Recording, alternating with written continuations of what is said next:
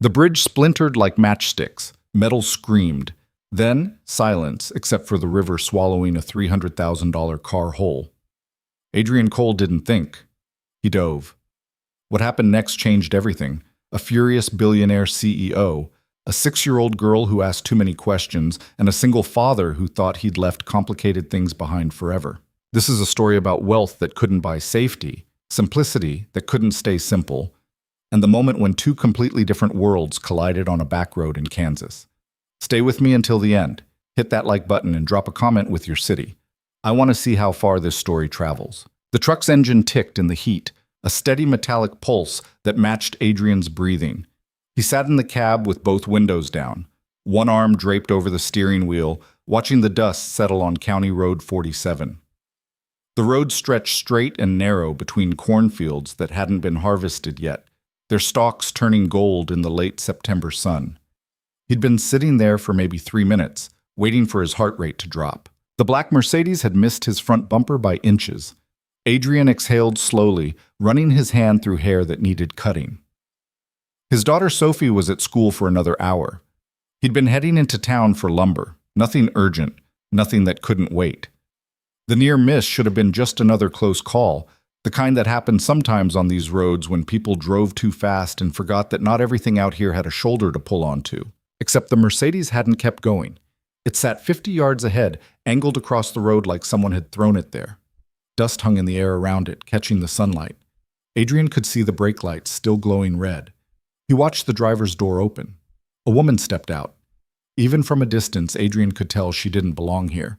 Not in the sharp black pantsuit, not in heels that sank into the gravel when she walked. She slammed the car door hard enough that the sound carried back to him, then started walking toward his truck with long, furious strides. Adrian got out slowly. He closed his door without slamming it and stood by the front fender, waiting. The sun was hot on his shoulders through the faded blue work shirt he'd worn since morning. His boots were dusty. There was a grass stain on his jeans from where Sophie had tackled him at breakfast, laughing herself breathless over some joke he couldn't even remember now. The woman stopped 6 feet away.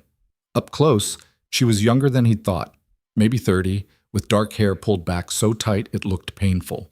Her eyes were brown and sharp and absolutely livid. "Do you have any idea," she said, her voice cutting through the quiet, "how stupid it is to stop in the middle of a blind curve?" Adrian blinked. "I wasn't in the middle of anything. I was on my side of the road." "Your side?" She gestured at the narrow strip of cracked asphalt. "This road doesn't have sides. It barely has space." "It has enough space if you're not doing 70. Her jaw tightened. "I was not doing 70. You were doing at least 70. I was following my GPS, which clearly doesn't account for the fact that people around here apparently think a pickup truck belongs in the middle of a—" "Ma'am," Adrian kept his voice level. "I was driving straight. You came around that curve so fast I didn't even see you until you were 10 feet away. If I hadn't braked, you would have hit me. If you hadn't been—" She stopped, took a breath. Her hands went to her hips. "You know what? I don't have time for this. I have a meeting in Wichita in 2 hours and I'm already behind schedule. Then maybe you should slow down." Her eyes narrowed. "Excuse me? These roads aren't highways. You drive like that, you're going to get yourself killed." For a second, she just stared at him. Then she laughed, but it wasn't a friendly sound. "Oh, that's rich. A lecture on driving from someone who probably learned behind a tractor." Adrian felt something tighten in his chest. Not anger, exactly. Just weariness. He'd dealt with people like this before. People who thought money meant they could talk down to anyone, anywhere, about anything. He'd spent years around them. He knew the type. He also knew there was no point in engaging. "Drive safe," he said, and turned back toward his truck. "That's it? That's all you have to say?" He paused with his hand on the door handle. "What do you want me to say?" "An apology might be nice." Adrian looked back at her. She was standing with her arms crossed now, one hip cocked, her expression daring him to argue. The sun caught the edge of her watch, something expensive in gold that probably cost more than his truck. "I'm not apologizing," he said quietly, "for driving safely on a public road." "You nearly caused an accident." "No, ma'am. You nearly caused an accident. I just happened to be in your way." Her face flushed. "You are unbelievable." "Maybe. He opened the truck door. But I'm also still alive, so I'll take it. He climbed in before she could respond, started the engine, and carefully pulled around her car. In the rearview mirror, he saw her standing in the middle of the road, watching him go. She looked furious and somehow smaller than she had a moment ago, alone on that empty stretch of asphalt with nothing but cornfields around her. Adrian drove slowly, keeping both hands on the wheel.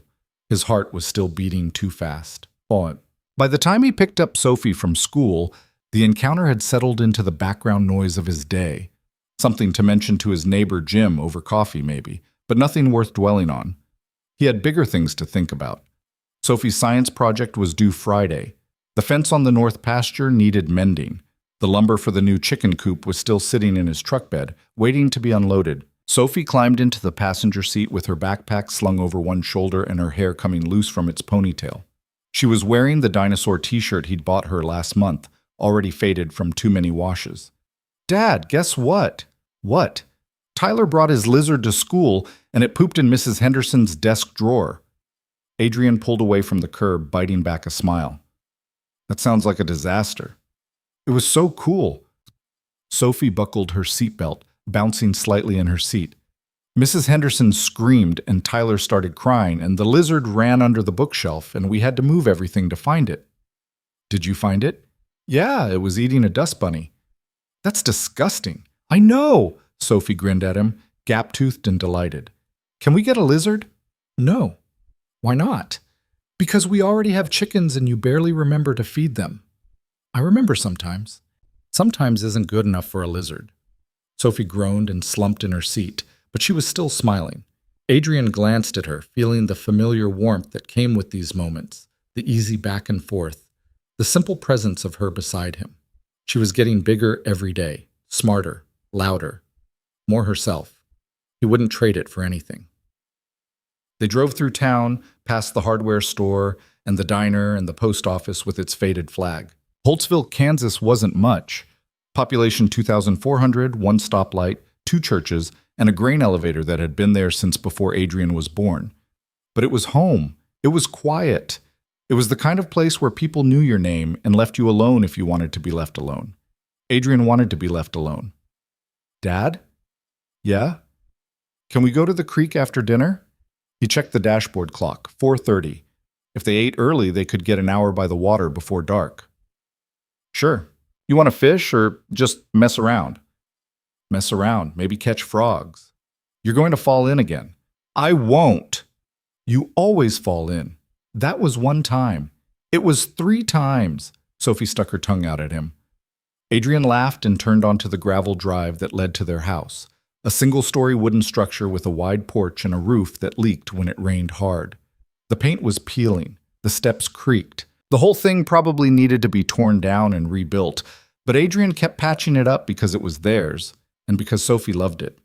He pulled the truck around back and cut the engine. "Go wash up," he said. "I'll start dinner." Sophie scrambled out, backpack bouncing, and raced toward the house. Adrian followed more slowly, carrying the bag of groceries he'd picked up after the lumber. The air smelled like cut grass and warm earth. Somewhere in the distance, a dog barked. The sun was beginning its slow descent toward the horizon, painting everything in shades of amber and gold. It was a good day. It had been a good life, actually, for the past 6 years. Quiet, stable, uncomplicated. Adrian didn't think about the woman in the Mercedes again until the next morning, when he saw her car in the river. He'd taken Sophie fishing at first light. It was Saturday, and the weekends belonged to her. No work, no errands, just the two of them doing whatever she wanted. This morning, she'd wanted to fish. They walked down to Willow Creek through the dew-wet grass, carrying poles and a tackle box that had belonged to Adrian's grandfather. The creek wasn't much, a slow, shallow stretch of water that wound through the eastern edge of his property and under the old county bridge about a quarter-mile downstream. The bridge was wood and metal, built sometime in the 1950s and never properly maintained. People still used it, but not many. There were better roads now, better routes. Adrian didn't think anyone would be on it this early. Sophie was baiting her hook, tongue between her teeth in concentration, when he heard the engine. He looked up sharply. The sound came from the direction of the bridge, a high, strained whine that meant someone was driving too fast on a road that couldn't handle it. Adrian's chest tightened. He'd heard that sound before. Yesterday, right before the Mercedes almost hit him. Sophie, stay here.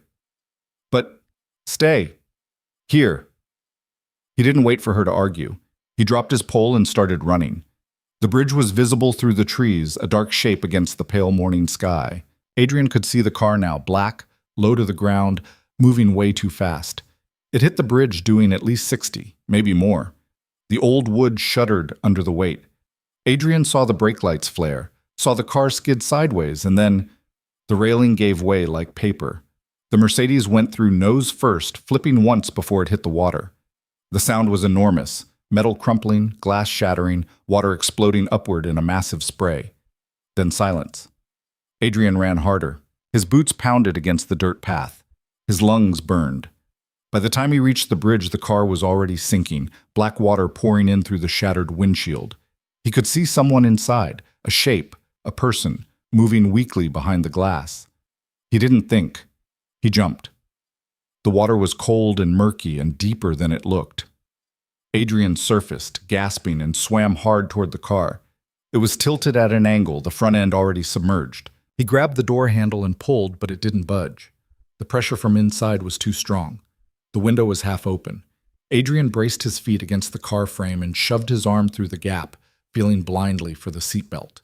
His fingers found fabric, then skin, then the metal buckle. He pressed the release and pulled. The woman came out in a rush of water and limbs, choking and flailing. Adrian got an arm around her chest and kicked backward, dragging them both away from the car. It sank faster now, disappearing beneath the surface with a low, gurgling sound. He swam for shore. His arms felt like lead. The woman wasn't helping. She was deadweight, coughing and gasping, but not swimming. Adrian's boots scraped against the rocky bottom, and he hauled her up onto the bank, both of them collapsing in the mud. For a long moment, neither of them moved. Adrian lay on his back, chest heaving, staring at the sky. Beside him, the woman rolled onto her side and vomited river water into the grass. She coughed violently, her whole body shaking. When she finally stopped, she looked at him. It was the woman from yesterday, the one with the sharp voice and the expensive watch. Her hair was plastered to her face, her clothes were ruined. She looked pale and shocked and absolutely furious. "You," she gasped. Adrian closed his eyes. "Yeah, me." What the hell were you? Why were you?" Fishing, with my daughter. About 100 yards that way." He gestured vaguely downstream. "Heard your car, saw you go in." She stared at him. Water dripped from her hair onto the mud. You pulled me out." "Yeah." "Why?" Adrian opened his eyes and looked at her. "What kind of question is that?" She stopped. Her face crumpled slightly, then hardened again. I didn't. "You're welcome." She flinched. I know." He sat up slowly, water streaming from his clothes. His shirt was torn. There was blood on his arm where he'd scraped it on the car window. "You okay? Anything broken?" "I don't know." She touched her ribs gingerly, wincing. "I don't think so." "Can you walk?" Yes. Probably." Adrian got to his feet and held out his hand. She stared at it for a moment, then took it. Her grip was surprisingly strong. He pulled her up and steadied her when she swayed. "Easy," he said. "You probably hit your head." "I'm fine." "You're not fine. You just drove off a bridge." Her jaw tightened. "I know what I did." "Do you?" There was no warning, no sign. "There are signs. You were going too fast to see them." Her eyes flashed. "You don't know that." "I know you were doing 60 on a bridge rated for 30. I was not." She stopped again, took a breath. "Why do you care?" "I don't," Adrian said flatly. "But I'm not going to stand here and watch you make excuses for almost killing yourself." They stared at each other. Her face was flushed now, angry and embarrassed at the same time. Adrian could see her trying to pull together some kind of response, some cutting remark that would put him in his place. Then Sophie's voice cut through the tension. "Dad!" Adrian turned. His daughter was running toward them through the trees, her fishing pole abandoned somewhere behind her. Her face was pale with worry. "Dad, are you okay?" I heard the crash and you didn't come back and… She skidded to a stop, staring at the woman. Who's that? Someone who drove off the bridge, Adrian said. She's fine. We're both fine. Sophie looked between them, eyes wide. You saved her? I pulled her out of the car. That's so cool. It's not cool, Soph. It's dangerous. He put a hand on her shoulder. Go back to the house. Get some dry towels and call Jim. Tell him to bring his truck. This lady's going to need a ride. What about you? I'll be there in a minute. Sophie hesitated, glancing once more at the woman, then nodded and took off running. Adrian watched her go, making sure she was clear of the bridge before he turned back. The woman was staring at him. You have a daughter, she said. Yeah. You left her alone to pull me out. I told her to stay put. She listens. But you… The woman swayed suddenly, pressing a hand to her forehead. I think I might actually… Adrian caught her before she fell. She was lighter than he'd expected. He lowered her carefully onto the grass and checked her pulse. Fast, but steady. Her eyes were closed. She was breathing. Concussion, probably. Maybe shock. He pulled off his ruined shirt and balled it up under her head, then sat back on his heels and waited. The sun was climbing higher now, burning off the morning mist. In the distance, he could hear Jim's truck rumbling down the road. The woman stirred. Don't move, Adrian said. She opened her eyes slowly. For a moment, she just looked at him, confused, like she couldn't quite place where she was or what had happened. Then memory seemed to flood back and her expression shuddered. I'm fine, she said hoarsely. You passed out? I'm fine. You need a hospital. I need my phone. She tried to sit up and immediately grimaced. Where's my phone? Probably at the bottom of the river with your car. Shit. She pressed her fingers to her temples. Shit. Adrian didn't say anything. Jim's truck appeared at the top of the bridge, moving slowly over the damaged section. Jim himself climbed out a moment later, a broad, weathered man in his 60s with a beard going gray and a permanent squint from years of sun. Well, Jim said, surveying the scene. This is something. She needs a doctor, Adrian said. Can you take her into town? Hospital's 40 minutes the other way. Fine, take her there. The woman shook her head. I don't need a hospital. Yes, you do. I need a phone. I need to call my office. What you need, Adrian said evenly, is to let someone check you out before you keel over again. She glared at him. I don't take orders from… I'm not giving you orders. I'm giving you common sense. Jim coughed. Ma'am, he's right. You look like hell. No offense. None taken, she said coldly. She looked at Adrian. Fine. I'll go to the hospital, but I'm calling my lawyer. Good for you. She struggled to her feet, waving off Jim's offered hand. She was unsteady but upright, her jaw set with determination. Adrian watched her walk toward the truck, her ruined heels squelching in the mud. She paused at the passenger door and looked back. Thank you, she said stiffly. Adrian nodded. She climbed in. Jim gave Adrian a long, questioning look, but Adrian just shook his head. Not now. Not here.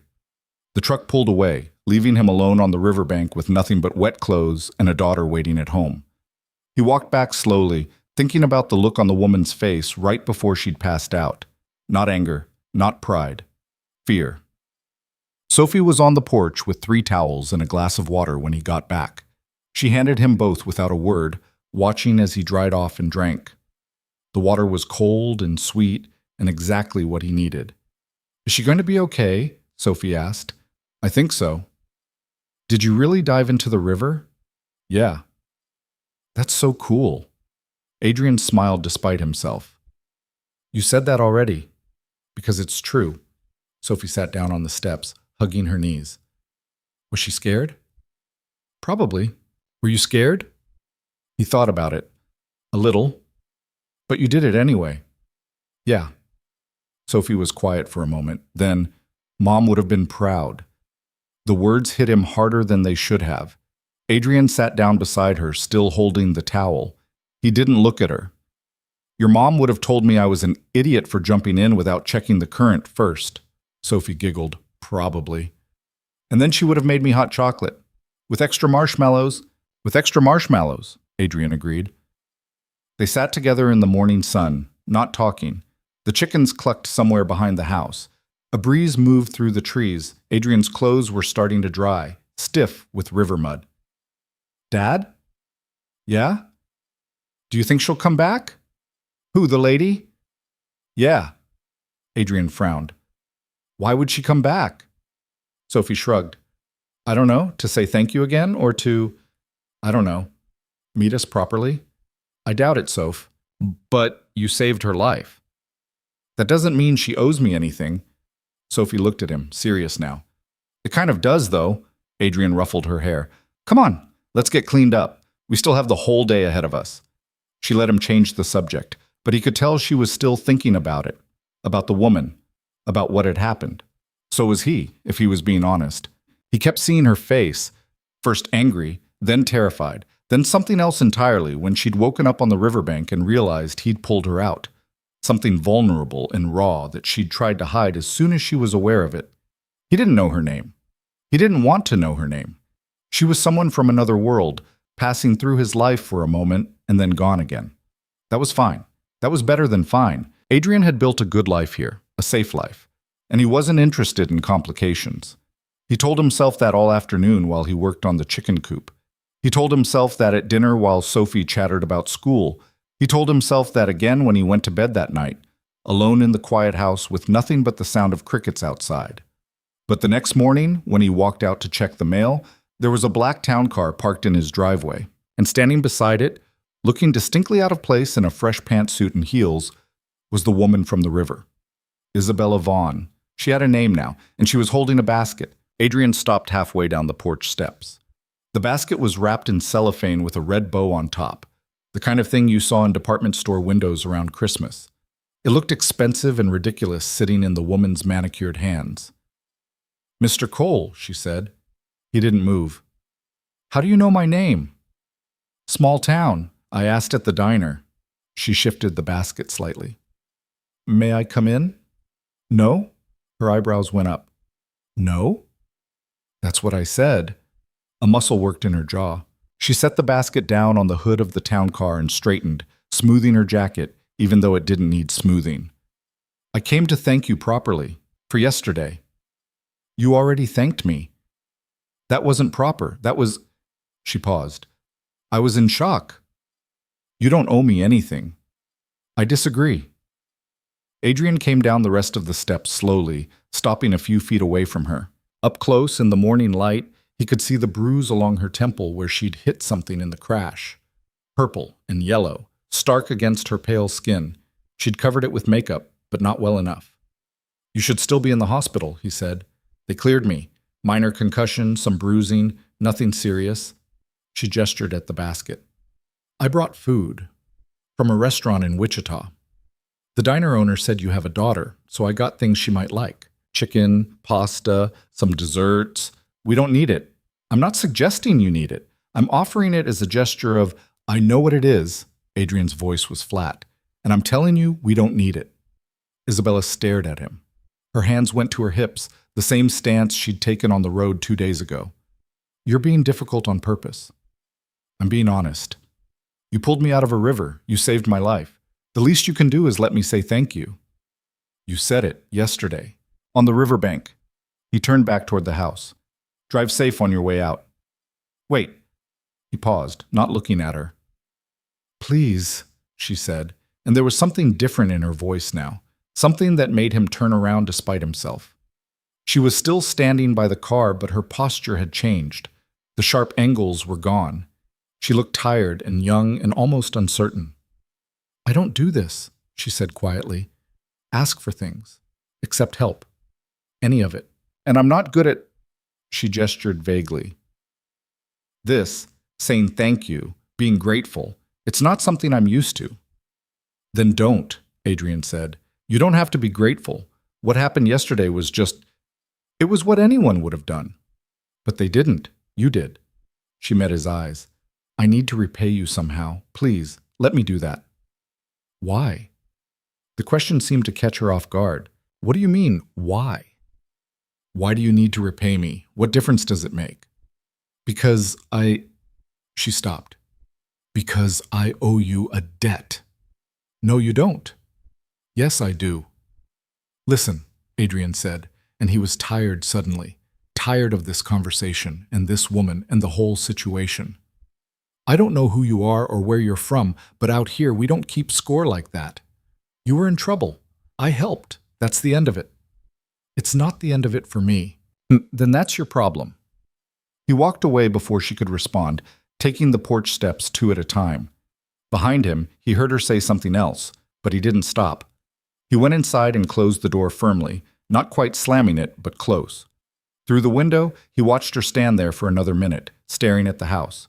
Then she picked up the basket, walked back to the town car, and climbed in. The driver, some guy in a suit that Adrian hadn't even noticed, pulled away slowly, tires crunching on gravel. Sophie appeared at his elbow.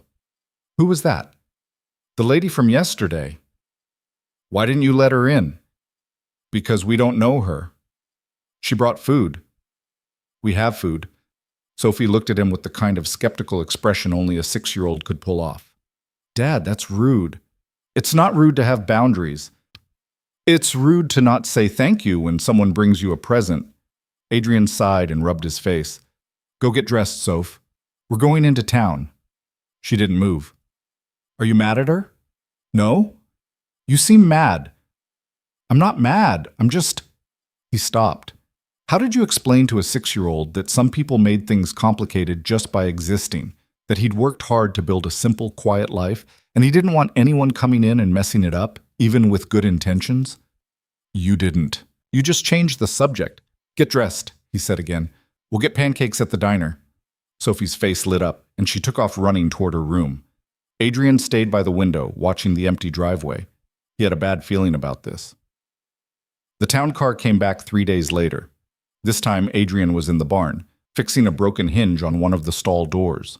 He heard the engine first, that smooth purr that didn't belong anywhere near his property, and knew immediately who it was.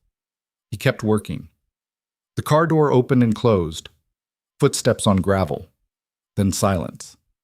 Adrian tightened the last screw and straightened, wiping his hands on his jeans. When he walked out of the barn, she was standing in the driveway again, holding another basket. You're persistent, he said. It's one of my better qualities. Isabella lifted the basket slightly. Different food this time. I did some research. The diner owner mentioned your daughter likes strawberries. Jim needs to learn to keep his mouth shut. He was trying to be helpful. He was gossiping. He was being kind. She walked closer, her heels sinking into the soft earth. Look, I know you don't want this, but I can't walk away without doing something. So I'm going to keep coming back until you let me repay you, even if it's just accepting a damn basket of food. Adrian studied her. She looked different today. Still put together, still polished, but there was something looser about her. The jacket was gone. She wore a white blouse with the sleeves rolled up, and her hair was down around her shoulders instead of pulled back tight. You're wasting your time, he said. That's my time to waste. And your money. I have plenty of money. I'm sure you do. He gestured at the town car. That why you drive around with a chauffeur? I don't drive anymore. She said it matter-of-factly, but there was a tightness around her eyes. Not since the bridge. Adrian felt something shift in his chest. He pushed it down. That'll pass. Will it? Yeah, give it time. She looked at him for a long moment. Then she set the basket down on the ground between them. I'm Isabella Vaughn. I run a tech company based in Chicago. I was here for a potential acquisition meeting when everything happened.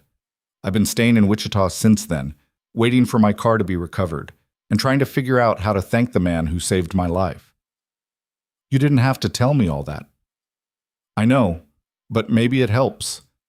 Maybe knowing who I am makes this, she gestured between them, less weird. It doesn't. No, she admitted. I guess it doesn't. They stood there in the afternoon sun, neither speaking. A chicken wandered past, pecking at the ground. Somewhere in the distance, a dog barked. Isabella broke first. Do you have coffee? Adrian blinked. What? Coffee. I've been up since 4 and I'm running on fumes. If you're not going to let me give you food, at least let me buy a cup of coffee. There's no Starbucks out here. I know. I saw the diner. She tilted her head. Come on, one coffee, then I'll leave you alone. For how long? At least a week. Despite himself, Adrian almost smiled. A week. Maybe two if the coffee's good. He shouldn't. He knew he shouldn't, but there was something about the way she was looking at him. Not pitying, not demanding, just asking. Like she actually wanted to sit and drink coffee with him. Not because she owed him, but because she was tired and far from home and maybe, just maybe, lonely. He knew that feeling. All right, he said. One coffee. Her face brightened. Really? Don't make me regret it. They took his truck. Isabella tried not to show her surprise when he opened the passenger door and she saw the duct tape on the seat, but he caught it anyway. She climbed in without comment, though, settling herself carefully and buckling the seatbelt. Sophie was at school. The house was quiet as they drove past it toward the main road. How old is your daughter? Isabella asked. 6. What's her name? Sophie. That's pretty. She looked out of the window at the passing fields. It must be nice raising her somewhere like this. It is. Quiet. Yeah. Do you ever get bored? Adrian glanced at her. Do you ever stop talking? She laughed, surprising him. It was a real laugh, not the sharp, controlled sound from the road. Sorry, I'm nervous. Why? I don't know. I'm not usually nervous around people. She twisted her hands in her lap. But you're different. How? You don't want anything from me? Adrian frowned. Should I? Most people do. I'm not most people. No, she said quietly. You're not. They drove the rest of the way in silence. The diner was nearly empty when they arrived, just a few farmers at the counter and one couple in a back booth. Adrian led Isabella to a table by the window and they sat down across from each other. Linda, the owner, came over with 2 mugs and a pot of coffee. She was in her 50s, round and friendly, with reading glasses hanging from a chain around her neck. Adrian, twice in 1 week. I'm honored. She poured his coffee, then looked at Isabella with undisguised curiosity. And you brought a friend. Linda, this is Isabella. Isabella, Linda. Pleased to meet you, Isabella said, extending her hand. Linda shook it, still smiling. You're the one who drove off the bridge, aren't you? Heard all about that. Adrian here's quite the hero. He certainly is, Isabella said, and Adrian caught the glance she shot him, almost teasing. Linda poured her coffee and left them alone with the promise of pie if they wanted it. Isabella wrapped her hands around her mug, breathing in the steam. This place is perfect, she said. It's a diner. I mean, it's real, nothing pretentious about it. You say that like it's rare. In my world, it is. She took a sip, made a face. This coffee is terrible. Yeah, it is. Why do you drink here if the coffee's bad? Because Linda's nice and the pie's good and it's the only place in town. Adrian leaned back in his chair. You get used to it. Isabella smiled. I'm not sure I could. Then it's a good thing you're leaving. Right. Her smile faded slightly. Leaving. They drank in silence for a minute. Adrian watched her look around the diner, taking in the faded booths and the yellowed photographs on the walls and the ancient jukebox that hadn't worked in 10 years. She didn't look disgusted or amused. She looked curious. Can I ask you something? She said suddenly. Depends on the question. Why'd you jump in? Really? Adrian frowned. What do you mean, really? I mean, you didn't know me. You had your daughter right there. You could have just called for help and waited. By the time help came, you would have been dead. Maybe. But that wasn't your responsibility. It was if I could do something about it. Isabella studied him over the rim of her mug. Most people wouldn't have. They would have thought about the risk, about their family, about, I didn't think, Adrian said flatly. I just moved. That's what I mean. Why? He didn't answer right away.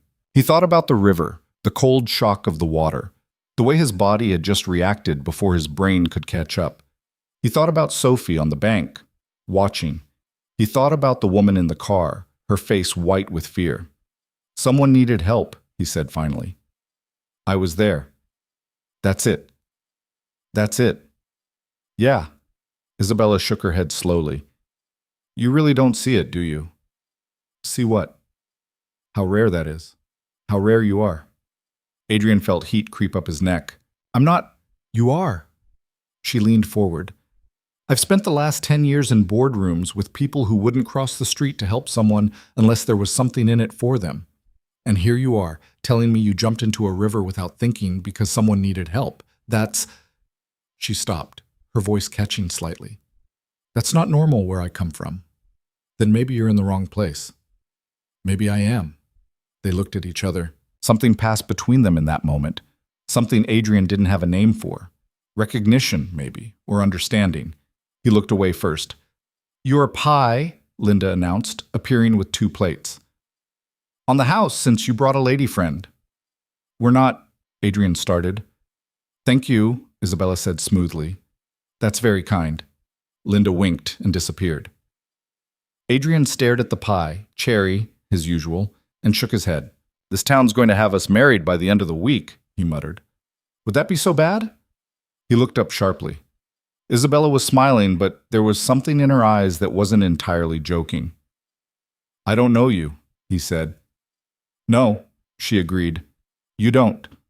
They ate the pie. It was good, like always. Isabella made appreciative noises and asked for the recipe, which made Linda beam.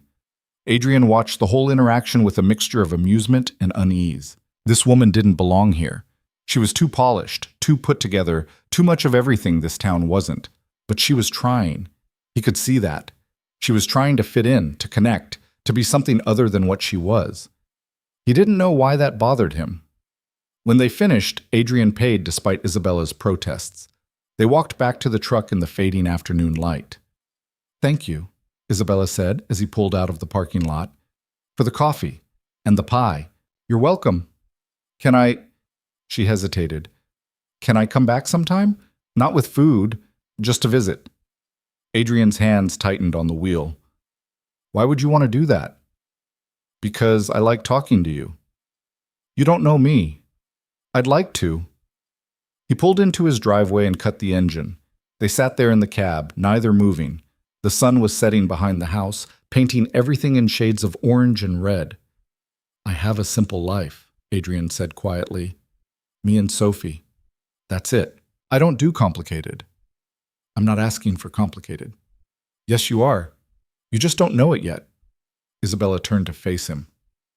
What if I promise not to be? Complicated, I mean. What if I just come by sometimes? Have coffee, talk, nothing more? Why? Because... She stopped. Because I've spent the last week in a hotel room thinking about how close I came to dying. And the only thing that made any of it make sense was remembering that there was someone good enough to jump in after me. Someone who didn't want anything except to help. Her voice cracked. I need to know that people like you exist. I need to remember. Adrian closed his eyes. He should say no. He should send her back to Chicago or wherever she came from and forget this whole thing happened. But Sophie's voice echoed in his head. You saved her life, and his own voice, quieter. Someone needed help. Once a week, he heard himself say. You can come by once a week. For coffee. That's it. Isabella's face lit up. Really? Don't make me regret it. I won't. I promise. She climbed out of the truck, then paused with the door still open. Adrian? Yeah? Thank you. This time he knew she wasn't talking about the coffee. She came back 4 days later. Adrian was on the porch when the town car pulled up, earlier than he'd expected. It was a Sunday afternoon, warm and lazy, and he'd been reading while Sophie played in the yard. He set the book down and waited. Isabella got out alone this time. No driver. She was wearing jeans, actual jeans, not the expensive kind that looked like they'd never seen dirt, and a simple t-shirt. Her hair was in a ponytail. She looked almost normal. You're early, he said. I know. I'm sorry. I can come back later if... It's fine. He gestured at the other chair. Sit. She climbed the steps and settled into the rocking chair beside him. For a minute, they just sat there, watching Sophie chase the chickens around the yard. Is that your daughter? Isabella asked. Yeah. She's beautiful. Thanks. Sophie looked up and saw them. Her eyes went wide. She abandoned the chickens and came running over, stopping at the bottom of the steps to stare at Isabella. Hi, Isabella said, smiling. You must be Sophie. Sophie glanced at Adrian. He nodded. I'm Sophie, she said cautiously. Who are you? I'm Isabella. I'm a friend of your dad's. Are you the lady from the river? I am. Sophie's face brightened. Dad saved you. He did. Isabella's voice was gentle. He was very brave. I know, he's the bravest. Sophie climbed up onto the porch and settled cross-legged at Adrian's feet. Did it hurt when you crashed? Sophie, Adrian warned. It's okay, Isabella said. Yes, it hurt, but your dad made sure I was okay. Do you know how to swim? Not very well, actually. Dad can teach you. He taught me last summer. Adrian felt a headache starting. Soph, why don't you go wash up? It's almost dinner time. But go on. Sophie sighed dramatically but obeyed, shooting one last curious look at Isabella before disappearing inside. The screen door banged shut behind her. She's wonderful, Isabella said. She's nosy. She's 6. It's her job. Adrian couldn't argue with that. He rocked slowly, watching the chickens settle in for the evening. Isabella rocked beside him, and the silence stretched out comfortable and easy. I brought something, she said after a while. Not food, something else. She pulled a small box from her pocket and held it out. Adrian took it warily. Inside was a silver compass, old and worn, with initials engraved on the back. J.V. It was my grandfather's, Isabella said. He gave it to me when I started the company, said I'd need it to find my way when I got lost. She paused. I want you to have it. I can't take this. Please. I need you to. Isabella, you gave me my life back, she said quietly. This is just a compass. It's not equal. It's not even close. But it's something that matters to me, and I want you to have it. Adrian looked at the compass, then at her. Her eyes were steady and serious. He closed the box and handed it back. Keep it. You might need it to find your way home. She took it slowly, her fingers brushing his. What if I don't want to go home? Then you're in more trouble than I thought. She laughed, but it sounded sad. Yeah, maybe I am. They sat until the sun went down and the first stars came out. Sophie called from inside that dinner was ready, and Adrian invited Isabella to stay. She did, sitting at their small kitchen table and eating spaghetti that Adrian had made from a jar and box. She didn't complain. She didn't act like it was beneath her. She just ate and talked with Sophie about school and chickens and all the random things 6-year-olds thought were important. When it was time to go, Adrian walked her to the car. Thank you, she said, for letting me stay. Sophie liked you. And you? Adrian didn't answer right away. He looked at her standing in his driveway, backlit by the porch light, and felt something he hadn't felt in a long time. Possibility. Yeah, he said finally. I liked you too. She smiled, and it transformed her whole face. Same time next week? Same time. She drove away in the gathering dark, and Adrian stood watching until the taillights disappeared. Behind him, Sophie appeared in the doorway. Is she coming back? She asked. Yeah. Good. Sophie yawned. I like her. Me too, Soph. Do you think she'll bring cookies next time? Adrian laughed and scooped her up, carrying her inside despite her protests that she was too big for that now. Maybe, but don't get your hopes up. Why not? Because hope's a dangerous thing. But even as he said it, Adrian knew it was too late. Hope had already crept in, quiet and persistent, settling into the corners of his carefully constructed life like dust in sunlight.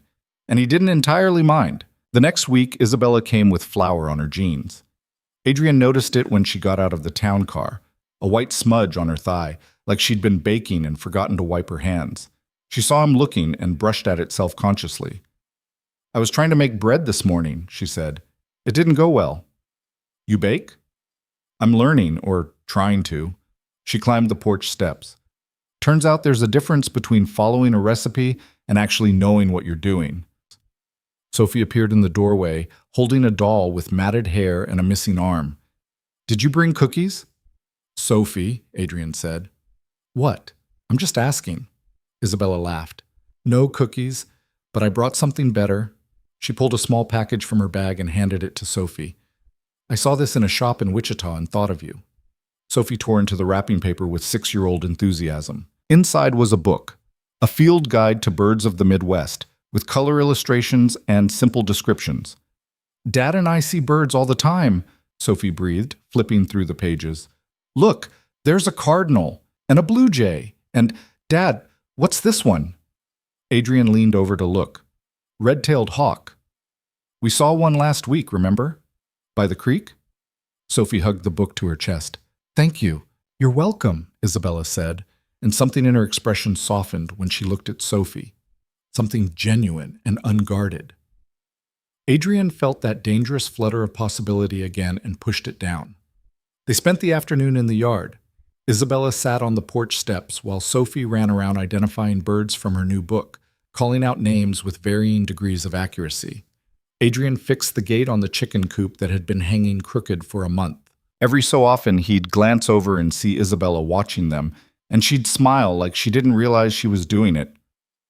You're good with her, Isabella said when Sophie disappeared inside to get water. She makes it easy. Still, not everyone... She stopped. My parents weren't around much when I was growing up. They were both lawyers. Work came first.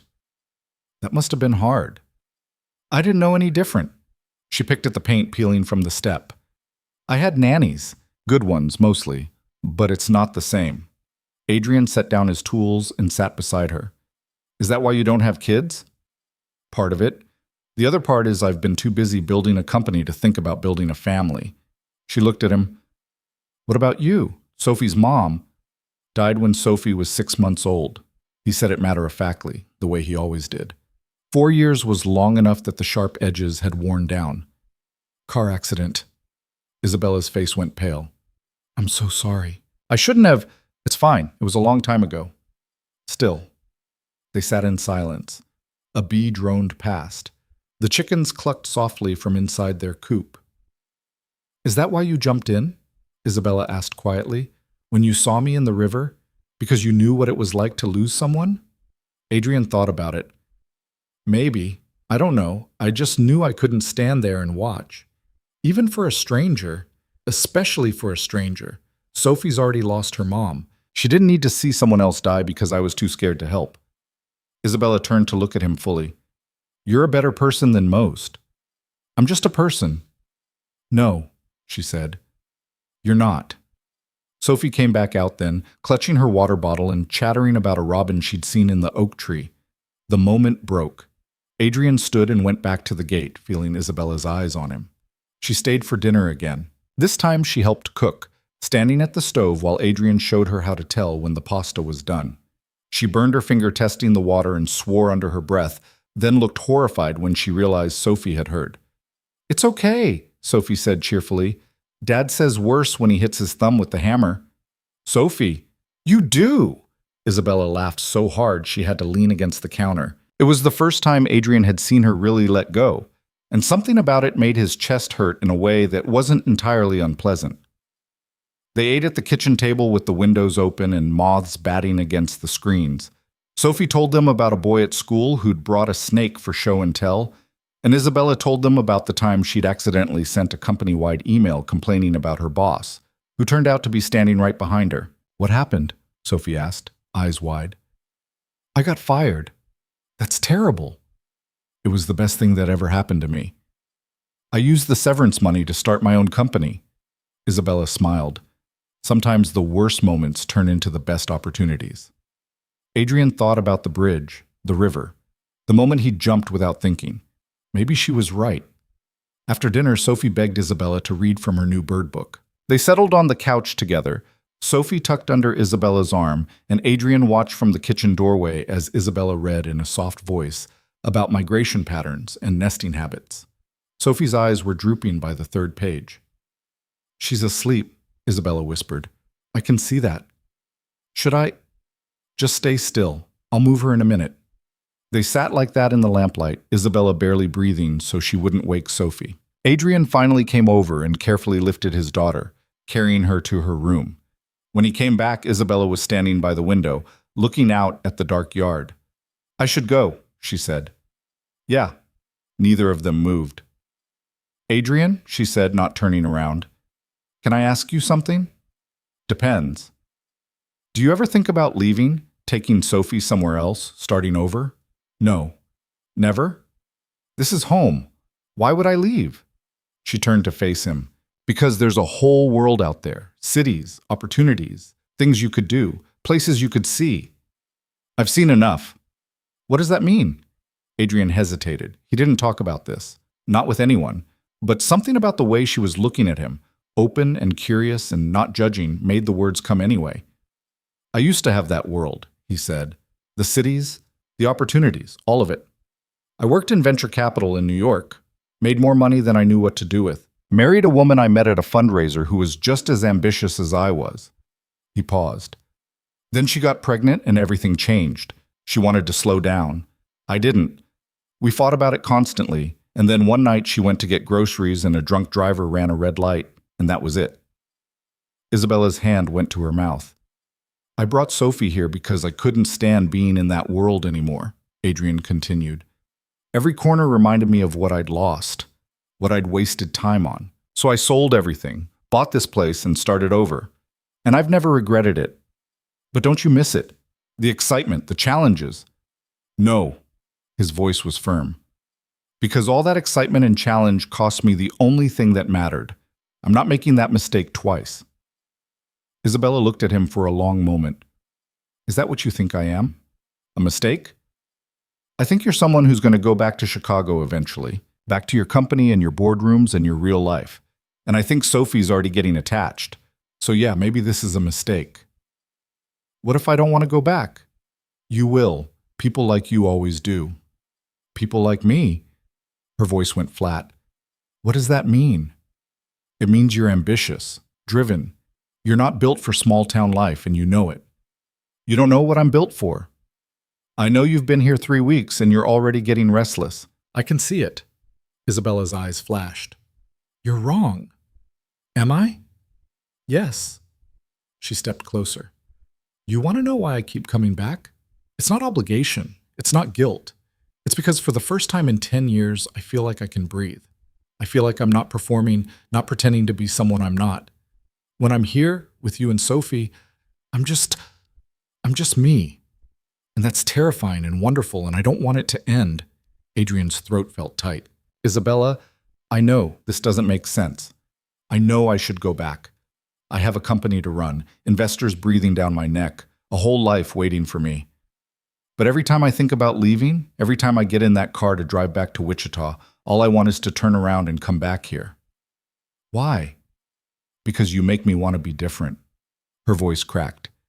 You make me want to be the kind of person who jumps in rivers without thinking, who cares about things that matter, who doesn't measure everything in profit margins and quarterly returns. They stood close enough that Adrian could see the pulse beating in her throat, close enough to smell her perfume, something subtle and expensive that didn't quite fit with the flower on her jeans. You can't change who you are, he said quietly. Maybe not, but I can try. He should step back.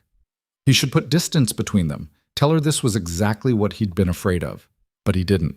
He stayed right where he was, caught in the gravity of her presence. This is a bad idea, he said. Probably. I'm not looking for complicated. I know. And you're still leaving eventually. Maybe, she met his eyes. Or maybe I'll surprise you. The air between them felt electric. Adrian's hands clenched at his sides, fighting the urge to reach for her. He hadn't felt this way in years.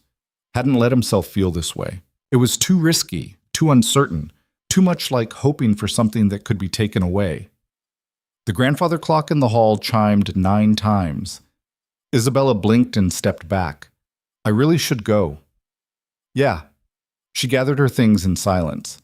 Adrian walked her to the door, then out to the car.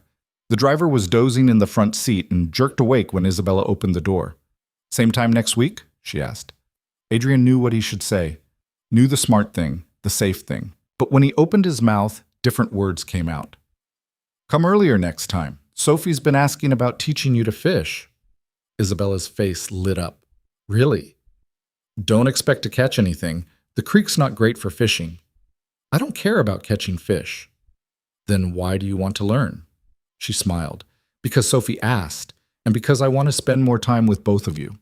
She climbed into the car before he could respond. Adrian stood in the driveway watching the taillights disappear, feeling like he'd just stepped onto ice that might crack at any moment. Inside, Sophie was awake and standing in the hallway in her pajamas. I like her, Dad. I know. Do you like her? Adrian ran a hand through his hair. Yeah, Soph, I do. Then why do you look sad? I'm not sad. You look it. He picked her up even though she was getting too big for it, holding her close. Sometimes liking someone is complicated. Why? Because people leave, and it hurts when they go. Sophie wrapped her arms around his neck. Maybe she won't leave. Maybe, but Adrian had learned a long time ago that maybe wasn't enough to build a life on. Isabella came back 3 days later, not a week. It was a Wednesday afternoon and Adrian was in the barn when he heard the car. He walked out to find her standing in the yard, wearing jeans and boots that looked brand new. I know I'm early, she said, but I couldn't stop thinking about fishing. Sophie squealed and came running from the house. Are we really going, right now? Adrian looked at Isabella. She looked back, hopeful and nervous and determined all at once. Get the poles, he said to Sophie. They walked down to the creek together, Sophie chattering the whole way. Isabella listened like every word was important, asking questions and laughing at Sophie's jokes. Adrian carried the tackle box and tried not to think about how natural this felt. The creek was low from lack of rain, moving slow over smooth rocks. Adrian showed Isabella how to hold the pole, where to cast, how to tell when something was biting. She was terrible at it. Her line got tangled twice and she nearly hooked Sophie's shirt on her third cast. But she laughed through all of it. She sat on a rock with her jeans getting muddy and her hair falling out of its ponytail, and she looked happier than Adrian had ever seen her. I think something's biting, she said suddenly. Pull up. She yanked the pole up hard. A tiny sunfish came flying out of the water, no bigger than Adrian's palm. Isabella screamed, then laughed, then screamed again when the fish flopped in the grass. Sophie helped her unhook it, and they released it back into the creek. Isabella watched it swim away with something like wonder on her face. That was amazing, she said. It was 3 inches long. I don't care, I caught a fish. Adrian found himself smiling despite everything. Yeah, you did. They stayed until the sun started sinking toward the horizon, painting the sky in streaks of orange and pink. Sophie caught 2 more fish and Isabella caught nothing, but she didn't seem to mind. She sat on the bank and took off her boots, dangling her feet in the water. This is perfect, she said quietly. Adrian sat beside her. It's just a creek. It's more than that. She looked at him. You know it is. He did know. He'd known it the first time he'd brought Sophie here. The first time he'd seen her face light up at the simple joy of catching something with her own hands. This place was magic in its ordinariness, in the way it stripped everything down to what mattered. I have to go back to Chicago on Monday, Isabella said. Adrian's stomach dropped. Okay. There's a board meeting I can't miss. Some decisions that need to be made. She kept her eyes on the water. I'll probably be gone a week. Maybe 2. That's fine. Is it? He didn't answer. Sophie was upstream, trying to catch minnows in her hands. The light was fading fast now, turning everything soft and golden. I'm coming back, Isabella said. I want you to know that. You don't have to. I know, but I want to. She turned to face him. This thing between us, whatever it is, I'm not running from it. I'm just trying to figure out how to make it work with the rest of my life. Maybe it doesn't work. Maybe it does. Adrian looked at her sitting there with her feet in the creek and her defenses down, and he felt something shift in his chest, something dangerous and terrifying and undeniable. You're going to break Sophie's heart when you leave for good, he said. What about yours? The question hung between them. Adrian thought about lying, about saying his heart wasn't involved, that he was too smart to let himself care. But he was tired of pretending. Yeah, he said quietly. That too. Isabella reached over and took his hand. Her fingers were cold from the water and her palm was soft, and she held on like she was afraid of letting go. Then I'll just have to make sure I come back, she said. They sat like that until Sophie called for them, until the mosquitoes came out, and the stars started appearing overhead. They walked back to the house in the gathering dark, and for the first time, Adrian let himself imagine what it might be like if she meant it, if she really did come back. If this wasn't just a moment out of time, but the beginning of something real. It was a dangerous thing to imagine, but he couldn't seem to stop.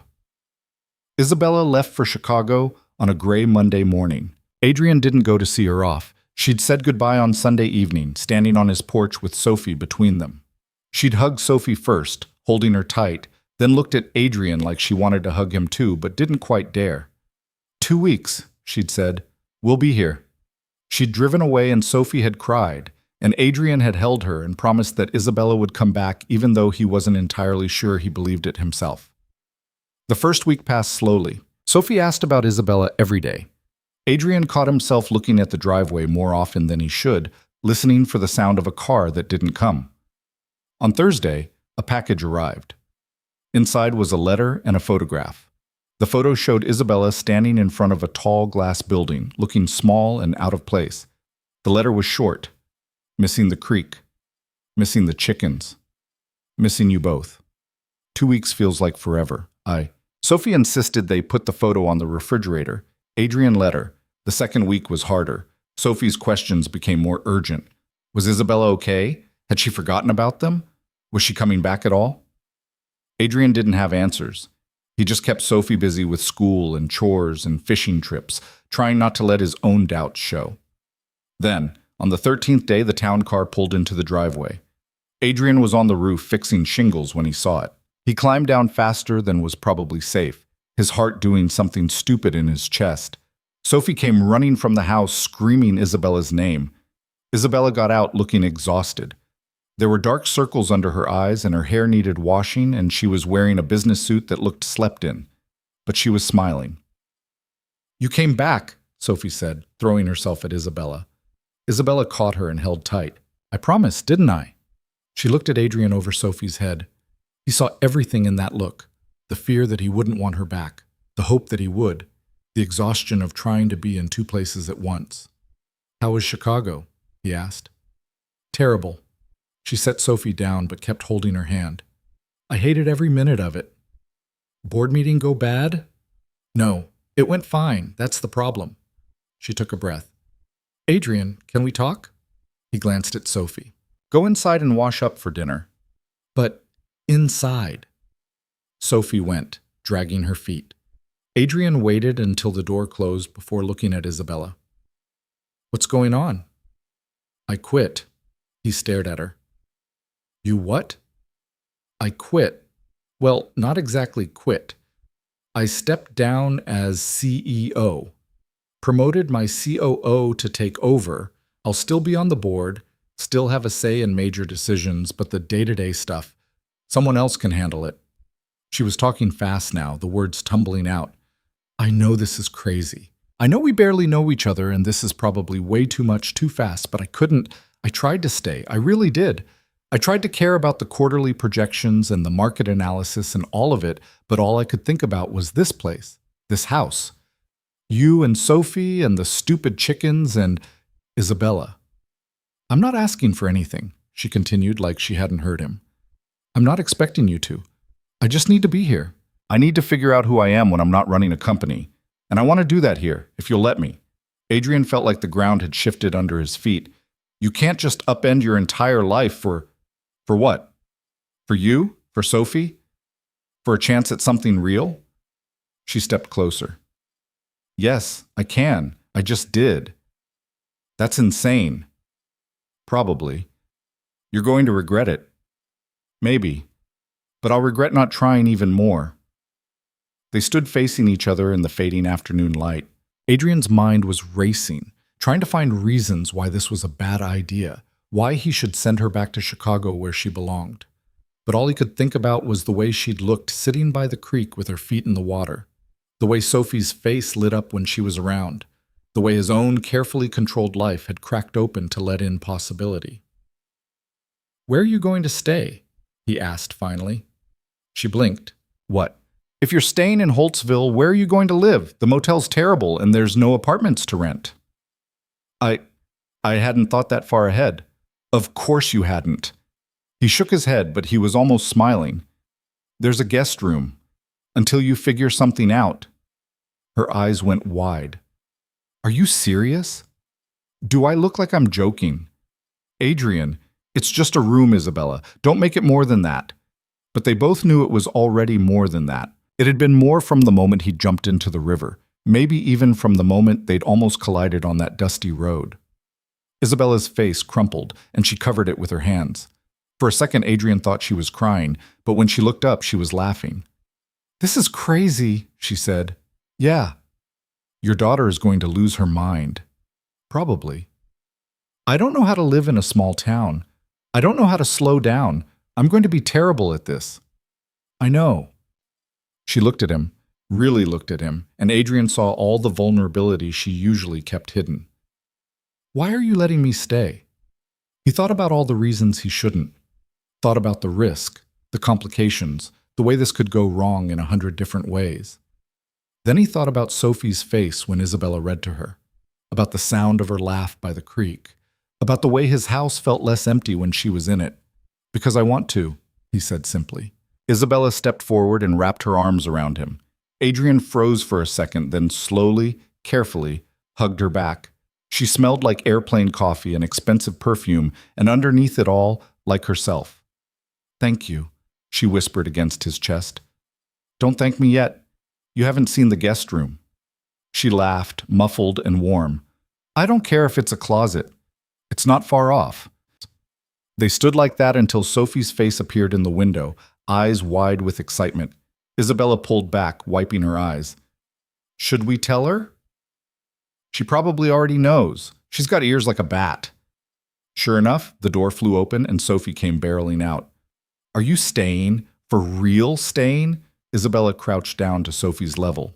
If it's okay with you. Are you kidding? This is the best day ever. Sophie threw her arms around Isabella's neck.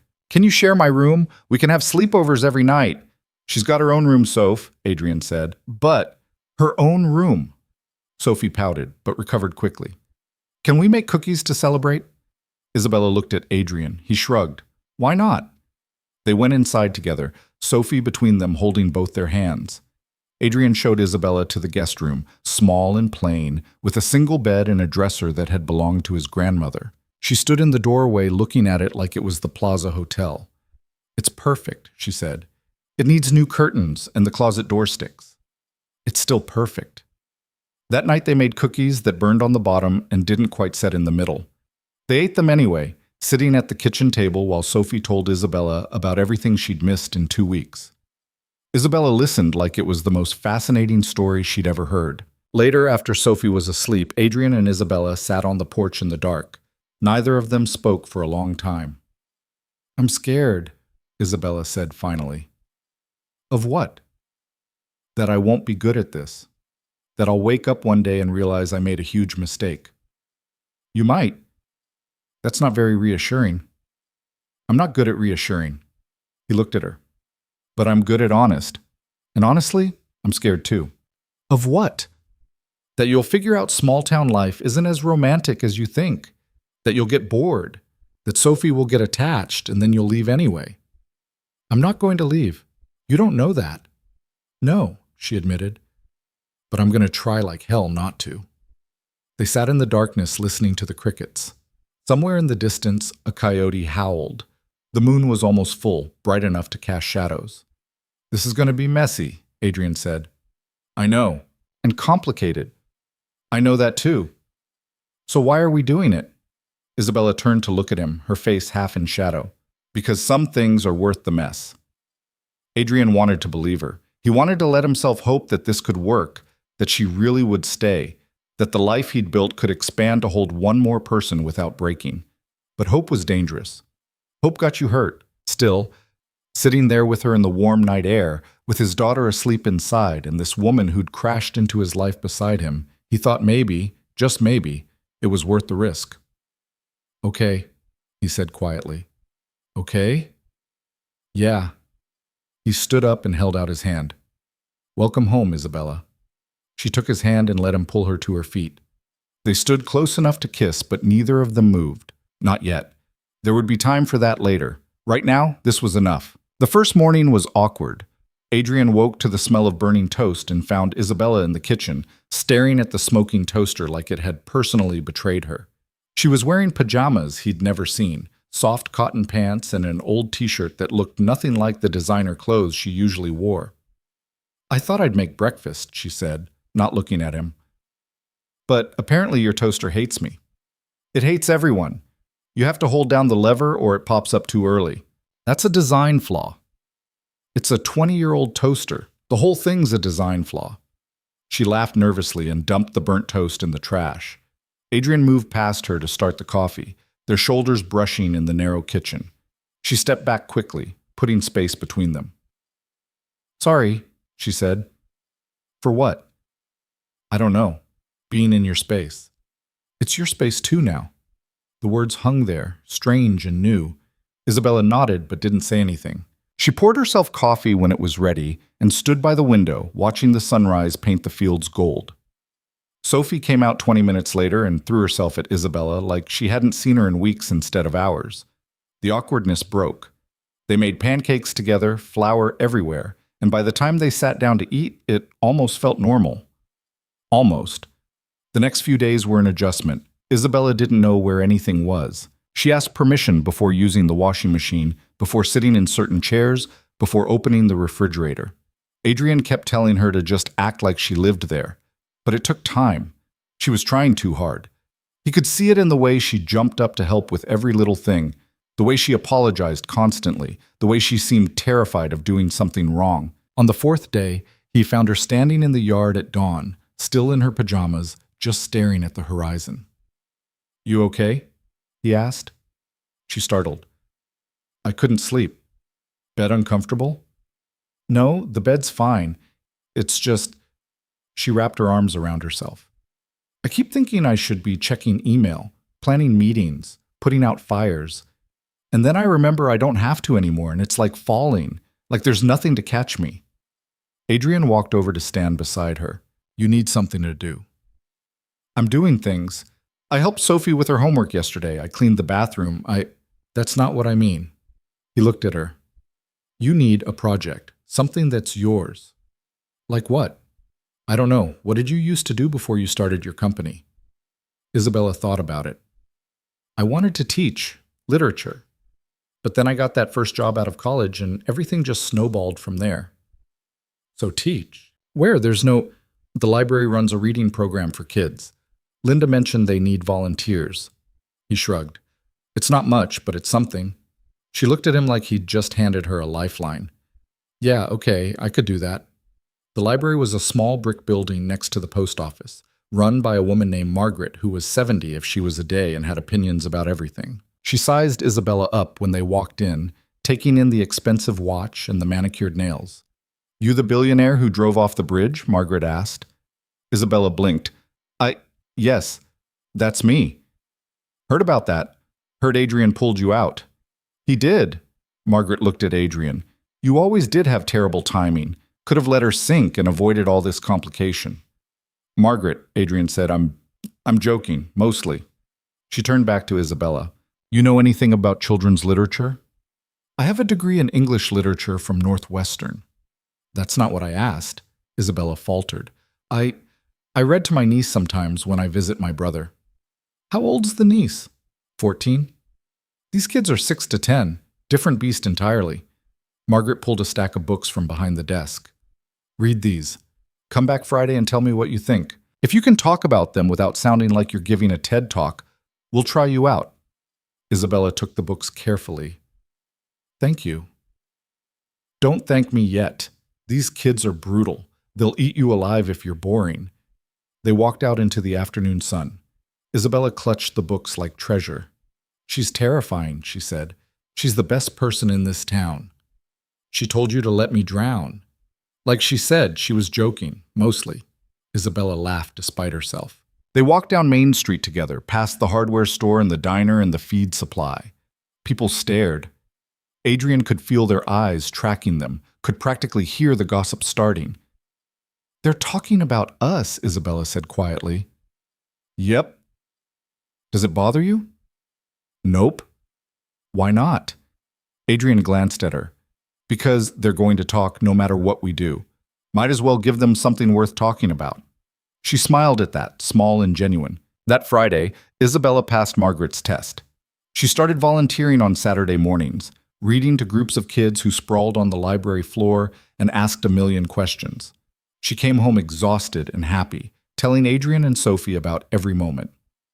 There's this one kid, Marcus, who keeps correcting my pronunciation, she said over dinner. He's 7 and already reads at a 5th grade level, and he has no patience for mistakes. Sounds like someone I know, Adrian said. Isabella threw a napkin at him. The weeks started to blur together. Isabella learned the rhythms of the house, stopped asking permission, started leaving her things around like she belonged there. Her coffee mug appeared next to Adrian's on the counter every morning, her books piled up on the side table, her laughter filled the empty spaces. She learned to feed the chickens without squealing when they got too close. She helped Sophie build a fort in the backyard using old sheets and rope. She sat with Adrian on the porch after Sophie went to bed, talking about everything and nothing until the stars came out. But she also struggled. Some mornings, Adrian would find her on her laptop at 5 a.m., dark circles under her eyes, checking stock prices and reading industry news even though she'd promised to step back.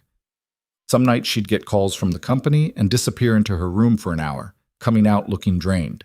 You don't have to answer every time they call, Adrian said one evening. They need me. They have a CEO. They'll figure it out. You don't understand.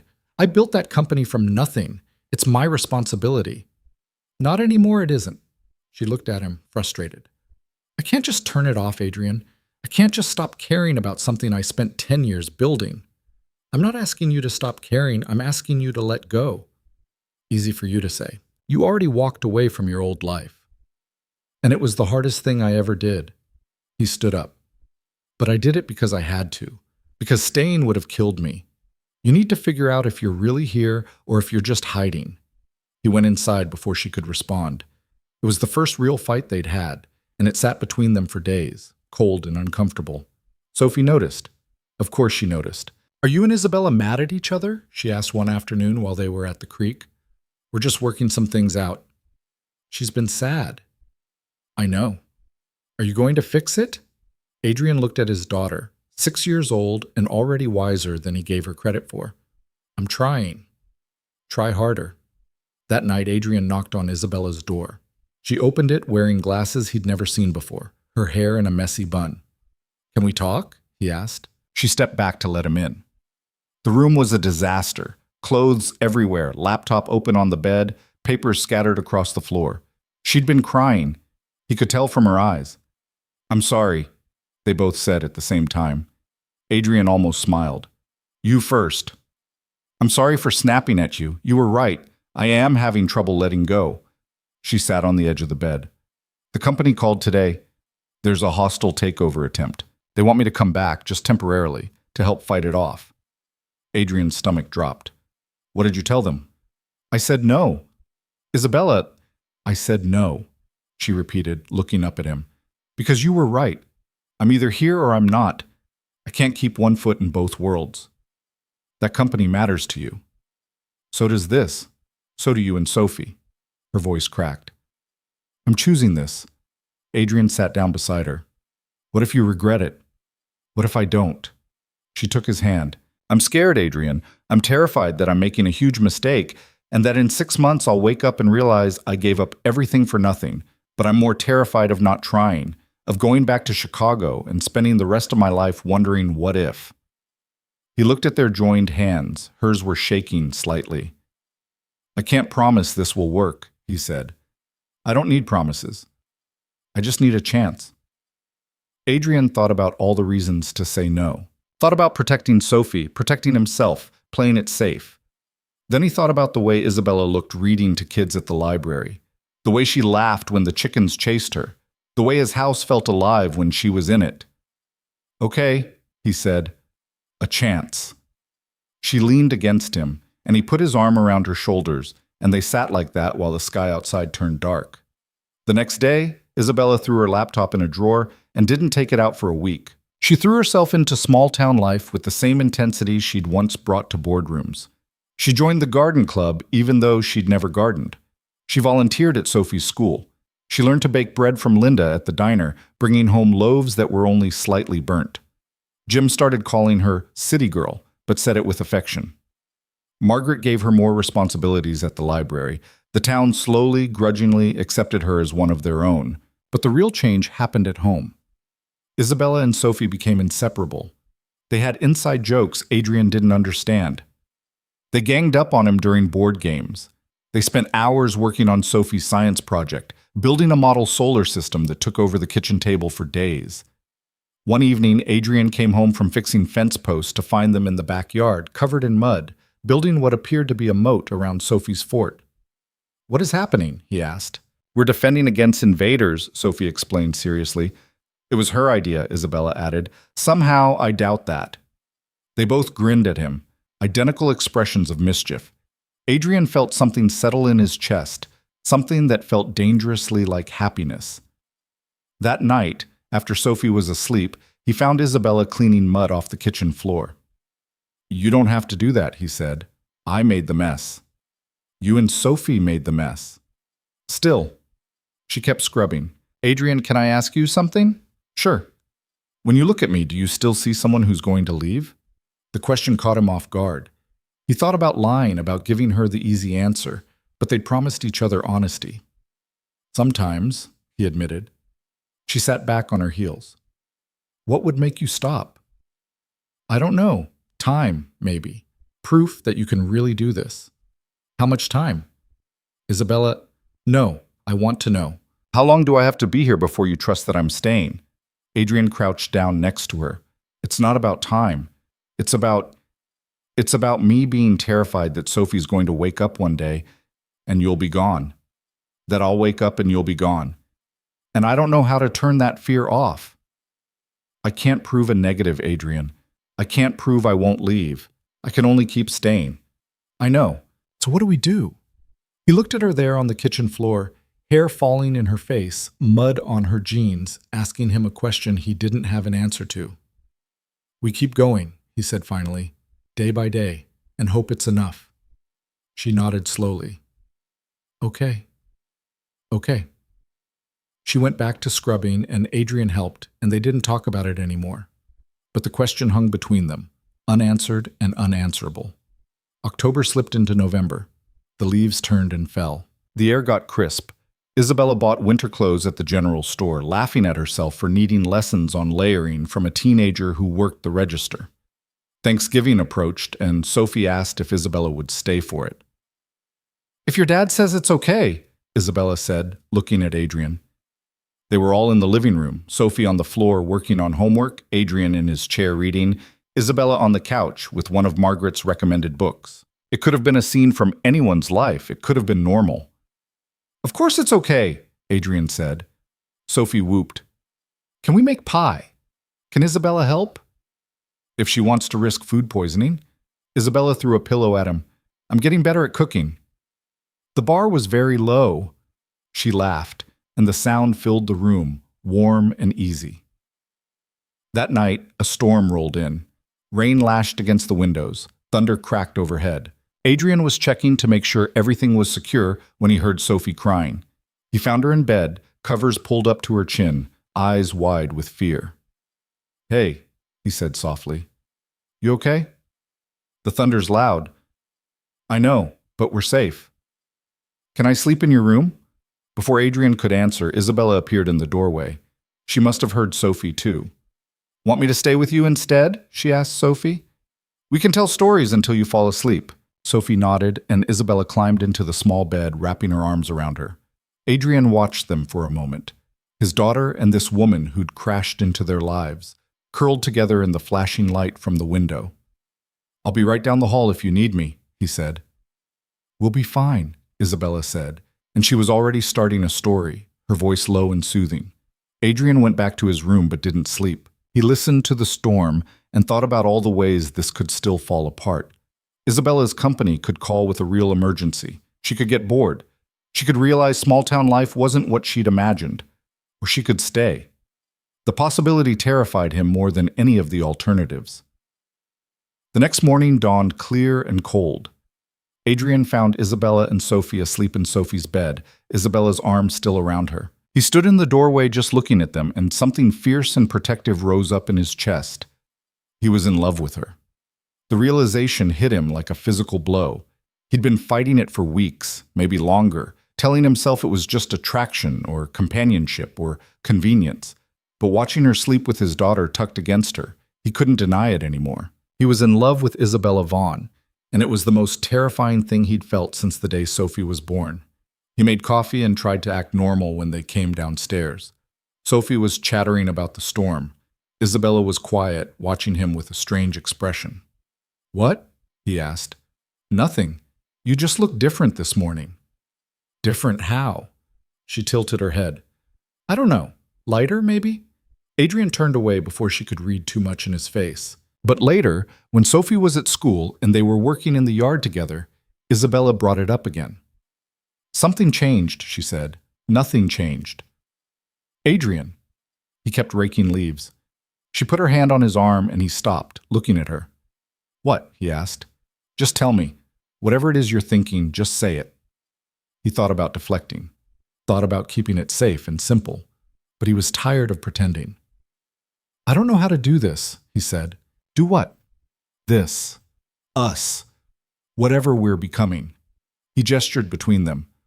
"I don't know how to let you in without being terrified you're going to leave. I don't know how to trust that this is real." Isabella set down her rake. "What if I told you I'm just as scared?" "Of what?" "That I'm not good enough, that I'm going to mess this up, that one day you'll realize you're better off without me." Her voice shook. "I gave up everything to be here, Adrian. My career, my reputation, my entire life. And some days I wake up and think I'm insane, but then I come downstairs and you're making coffee and Sophie's laughing and it all makes sense again. Until when? Until it doesn't? Maybe. Or maybe this is it. Maybe we found something real and we just have to be brave enough to keep it." Adrian looked at her standing in his yard, surrounded by fall leaves, her cheeks red from the cold. She looked nothing like the angry woman who'd stepped out of a Mercedes 3 months ago. She looked like someone who belonged here. She looked like home. "I'm not good at brave," he said. "Yes, you are. You jumped in a river." "That was different." "How?" "That was instinct. This is—" He stopped. "This is choosing. Every day, choosing to believe this might work." "Then choose," she said simply. They stood looking at each other while the wind scattered leaves around them. Adrian thought about all the ways he could still protect himself, all the walls he could keep up. Then he thought about the alternative, going back to the way things were before, his quiet, safe, lonely life. He stepped forward and kissed her. It was clumsy at first, uncertain, but then Isabella's hands came up to his face, and she kissed him back and everything clicked into place. She tasted like coffee and cinnamon. She fit against him like she'd always been meant to be there. When they pulled apart, they were both breathing hard. "Okay," Adrian said. "Okay? Yeah, let's do this. Let's try." Isabella's smile could have lit up the whole sky. "Really? Don't make me regret it." She laughed and kissed him again, and this time Adrian let himself fall into it completely. No more holding back, no more protecting himself. He was choosing this. Choosing her. It was terrifying and wonderful and absolutely right. They were still standing there, wrapped around each other, when Jim's truck pulled into the driveway. He stuck his head out the window and Wolf whistled. "About damn time," he called.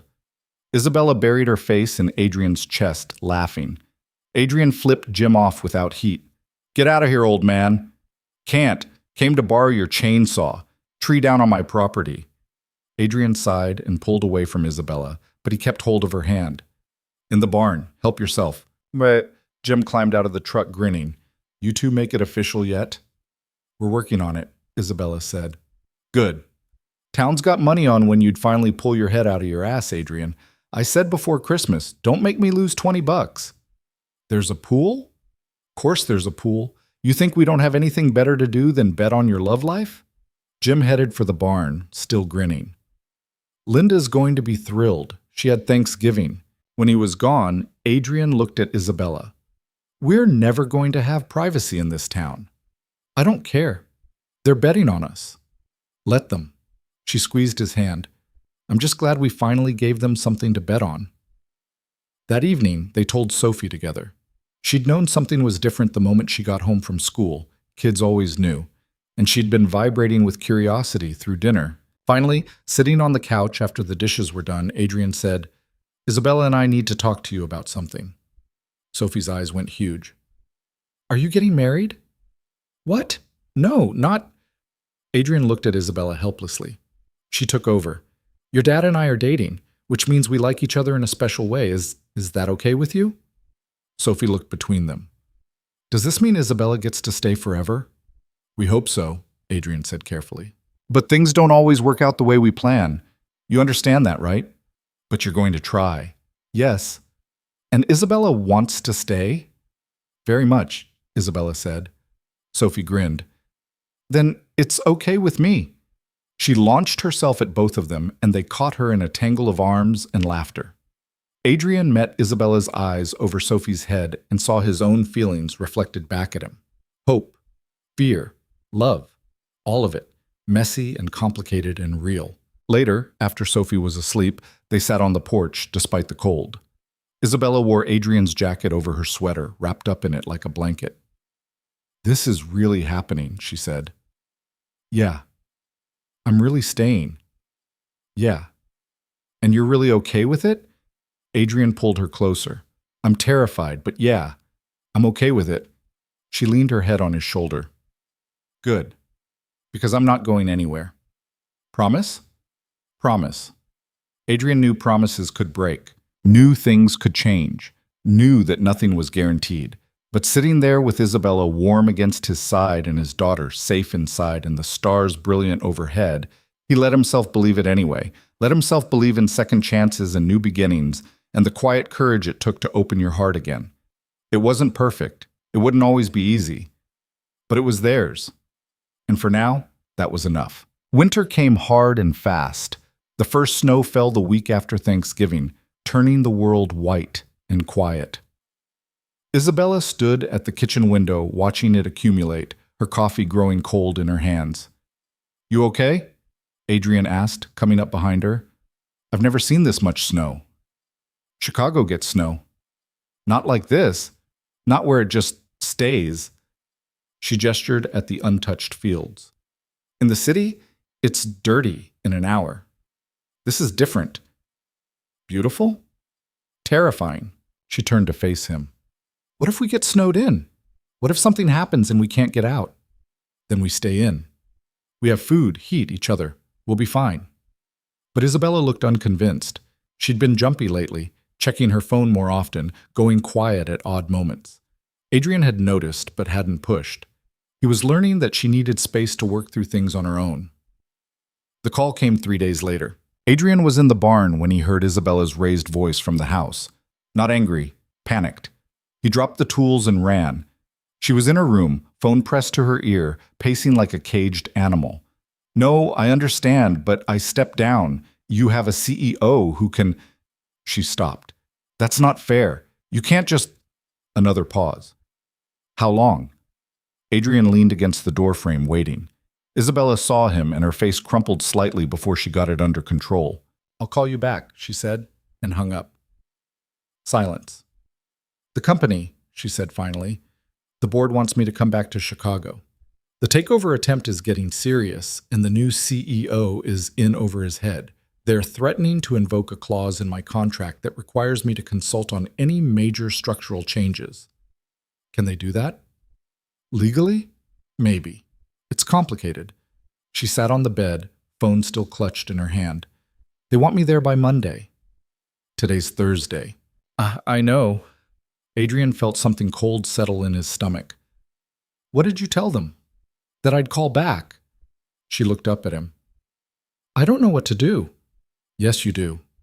Adrian, you know exactly what to do. You just don't want to do it. Isabella flinched. That's not fair. Isn't it? He pushed off the doorframe. You promised you were staying, that you chose this. I did choose this. I'm staying, but I can't just ignore my legal obligations. So go to Chicago. Handle it. Come back. It's not that simple. Why not? She stood up, frustrated. Because once I'm there, they'll find 100 reasons to keep me. Because the company is falling apart and I'm the only one who knows how to fix it. Because if I go back, even for a week, I'm not sure I'll be able to leave again. There it was. The truth they'd both been dancing around for weeks. Adrian's jaw tightened. Then don't go. I have to. No, you don't. You have a choice. Some choice. Either I go and risk losing everything here, or I stay and watch my life's work collapse. Her voice cracked. Why are you making this harder? I'm not making it anything. This is what it is. Adrian crossed his arms. You said you were all in. You said you chose us. But the first time things get complicated, you're ready to run back to your old life. That's not what I'm doing. Then what are you doing, Isabella? She opened her mouth, closed it, her eyes filled with tears. I don't know, she whispered. Adrian felt his anger drain away, replaced by something worse, resignation. He'd known this was coming. Part of him had been waiting for it since the day she'd moved in. You need to figure it out, he said quietly, because Sophie's downstairs thinking you're part of this family. And I won't let her get hurt because you can't decide where you belong.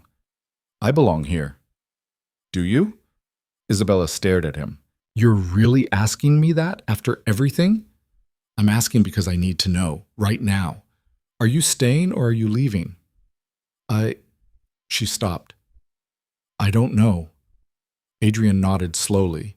It hurt more than he'd expected. Then I think you should go to Chicago, figure out what you actually want, and when you know for sure you can come back. Or not. Adrian, please, I'm going to go pick up Sophie from school. You should probably start packing. He left before she could respond. Made it all the way to the truck before he had to stop and breathe through the pain in his chest. He'd done it again. Let someone in. Let himself hope. And now he was going to pay for it. Sophie knew something was wrong the moment she got in the truck. Where's Isabella? She asked. Home. Is she okay? She's fine. She just has some work stuff to deal with. Sophie was quiet for a minute. Then, is she leaving? Adrian's hands tightened on the wheel. I don't know, Soph, but she promised. I know. So she can't leave. She promised. Adrian pulled over on the side of the road and turned to his daughter. Her face was set, stubborn, and scared at the same time. Sometimes people make promises they can't keep, he said gently, not because they're bad people, but because things get complicated. I don't care about complicated. I want her to stay. I know you do, so do I. Then make her stay. I can't, baby. It has to be her choice. Sophie's face crumpled, and she started crying. Adrian unbuckled her and pulled her across the bench seat, holding her while she sobbed into his shirt. His own eyes burned, but he didn't let himself cry. He had to be strong for her. When they got home, Isabella's rental car was packed.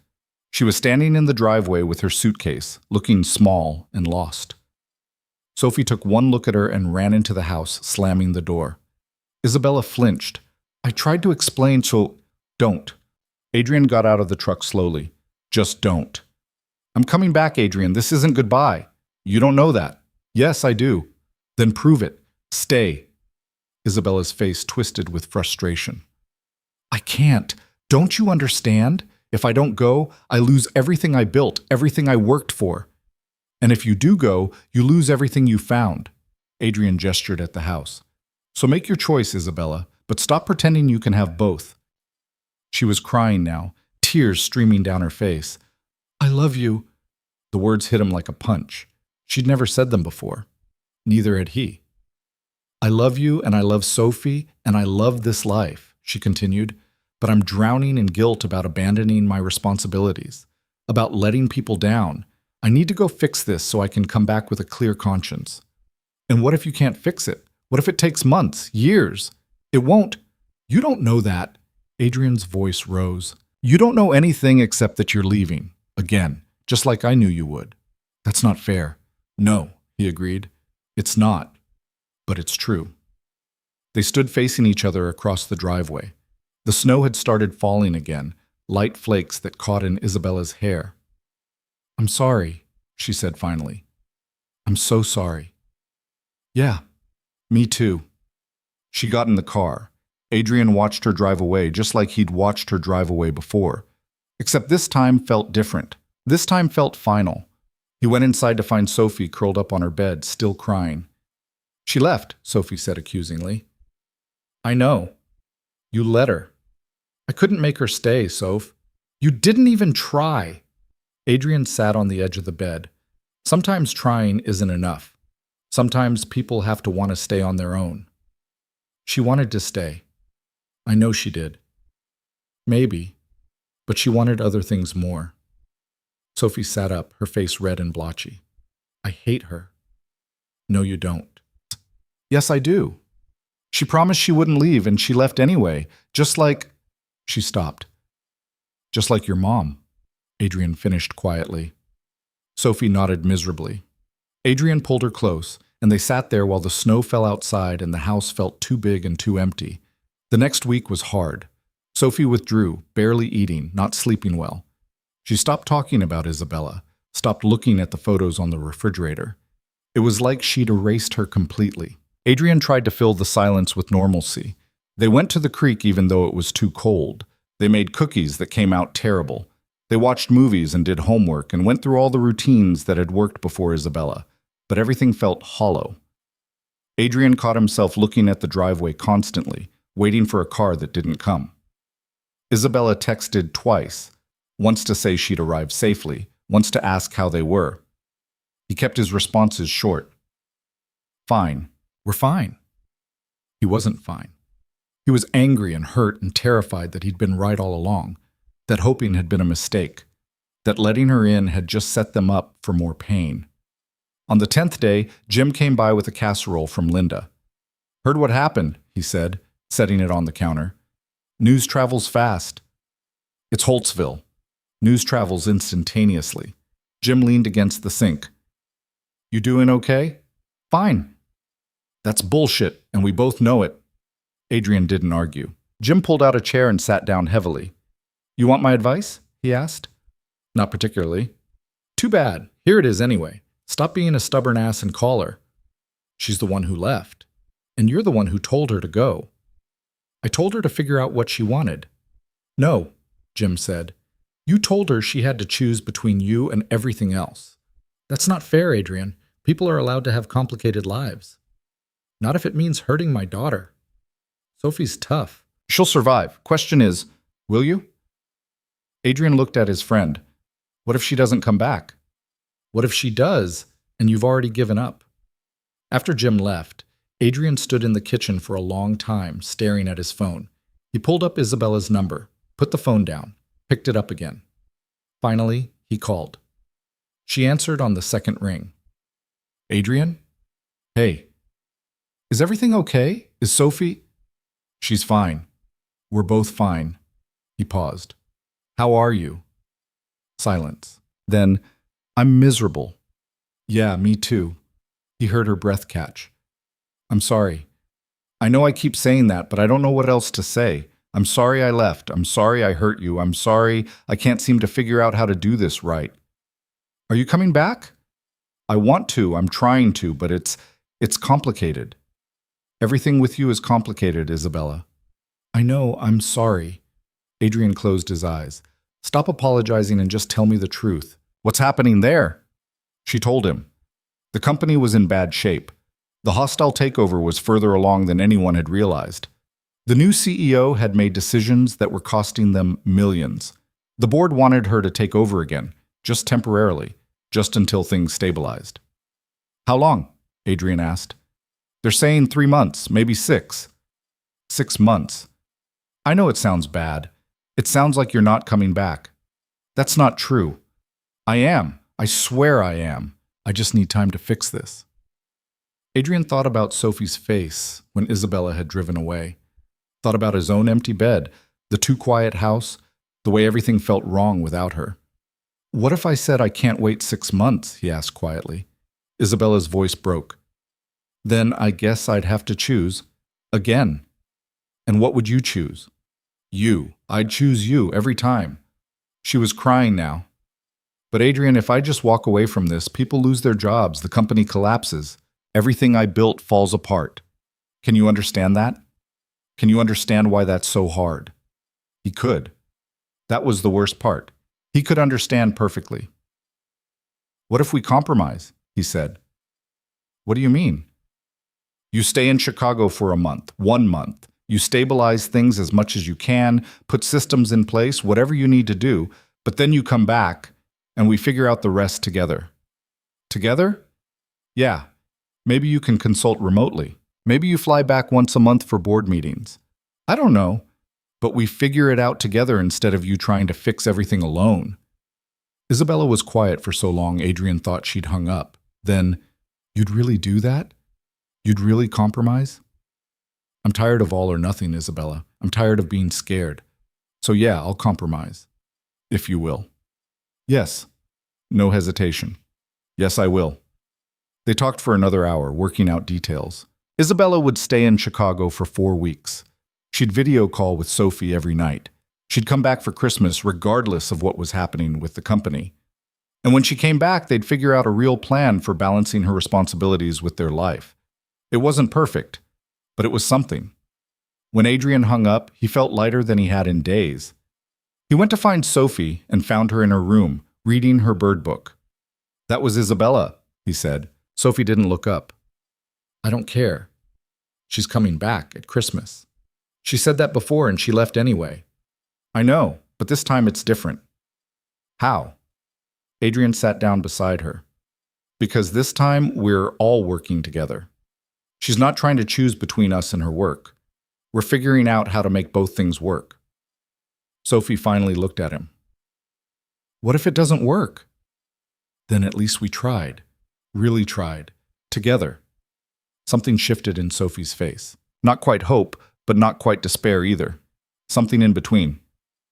Can I talk to her? She asked quietly. Yeah, she wants to call tonight after dinner. You can tell her whatever you need to tell her. That night, Sophie talked to Isabella for 30 minutes. Adrian could hear her voice through the closed door, angry at first, then sad, then cautiously optimistic. When she came out, her eyes were red, but she was smiling slightly. She's really sorry, Sophie said. I know. She said she made a mistake. She did? But she's going to fix it. Sophie looked at him seriously. We're all going to fix it, together. Adrian pulled her into a hug. Yeah, Soph. Together. The next 4 weeks crawled by. Isabella called every night, sometimes talking to Sophie, sometimes to Adrian, sometimes to both of them. She told them about her days. The meetings. The difficult decisions. The slow progress. They told her about school and the chickens and the new family that had moved in down the road. It wasn't the same as having her there, but it was something. Christmas approached. The town put up lights. The diner served hot chocolate with candy canes. Sophie made paper snowflakes for the windows and counted down the days on a calendar. 5 more days, she announced at breakfast. I can count, Soph. Just making sure you remember. Adrian smiled. He hadn't forgotten. He'd been watching the calendar just as closely. Isabella's flight landed 2 days before Christmas. Adrian and Sophie drove to the airport in Wichita to pick her up. Sophie had insisted on making a welcome home sign, complete with glitter that was still shedding all over the truck. They waited by the arrivals gate. People streamed past, reuniting with loved ones. Sophie bounced on her toes, scanning faces. Then there she was.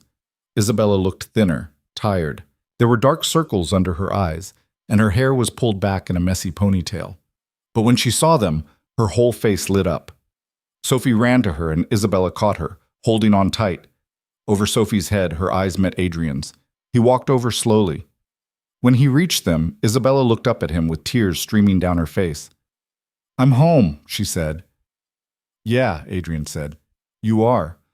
He kissed her there in the airport with Sophie between them and people walking past and announcements echoing overhead.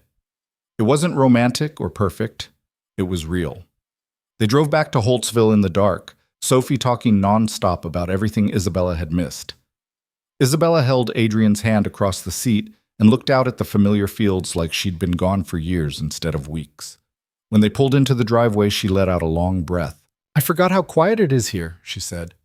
Too quiet? Adrian asked. No, perfect. They went inside and Isabella stopped in the doorway, taking it all in. The house was decorated for Christmas, a tree in the corner, lights around the windows, stockings hanging from the mantel. Sophie had insisted on hanging one for Isabella, too. "You kept my stocking," Isabella said. "Of course we did," Sophie said. "Your family."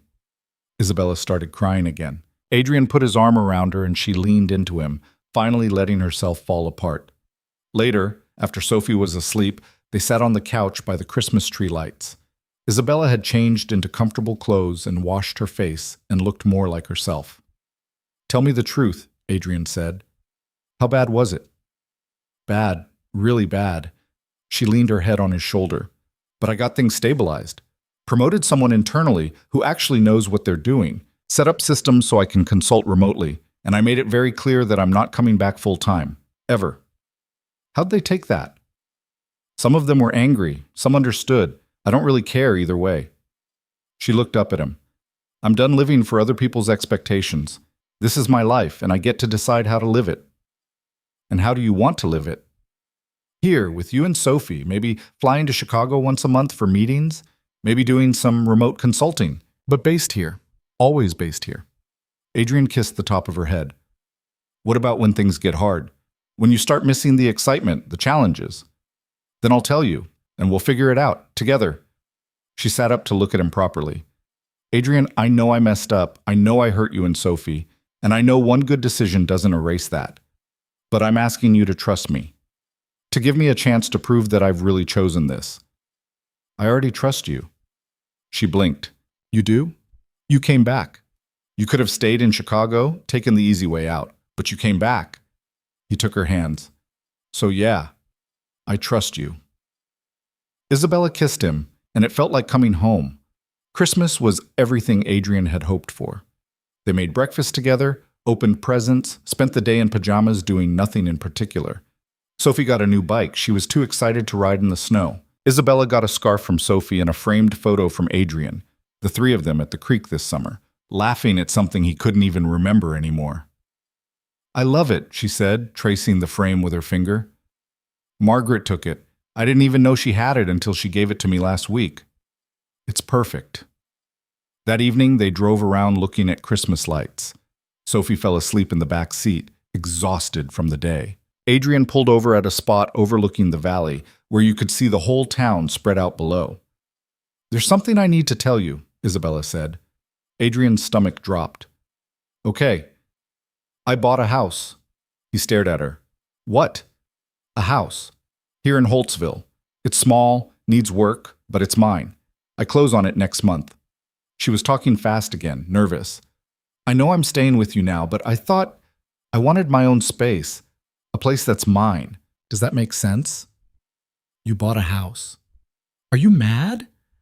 No, I'm not mad. I'm just..." He stopped. "You bought a house, a permanent house, here." "Yes." Adrian started laughing. He couldn't help it. Isabella looked insulted. "Why is that funny?" "Because I've been terrified you were going to leave and you've been planning to buy a house." "Oh," she smiled. "When you put it that way, you're really staying." "I'm really staying." She took his hand. "Adrian, I know we've only been together a few months, and I know we're doing everything backwards and probably too fast. But I'm all in, completely. Forever. Forever's a long time." "I know." She kissed him softly. "Think you can handle it?" "With you?" "Yeah, I think I can." They sat there watching the lights twinkle below, the town settling in for the night. It was cold enough that their breath fogged the windows, quiet enough to hear Sophie's soft breathing from the back seat. "I love you," Adrian said. It was the first time he'd said it out loud. Isabella's eyes went wide. "Really?" "Really, I love you. I'm terrified, and it's probably a terrible idea, but I love you anyway." Isabella laughed and cried at the same time. "I love you too, so much." They drove home through the silent streets, the truck rattling over familiar roads. When they pulled into the driveway, Sophie woke up enough to stumble inside. Adrian carried her to bed while Isabella locked up. He found her in the kitchen making tea, looking out the window at the moonlit fields. "What are you thinking about?" he asked.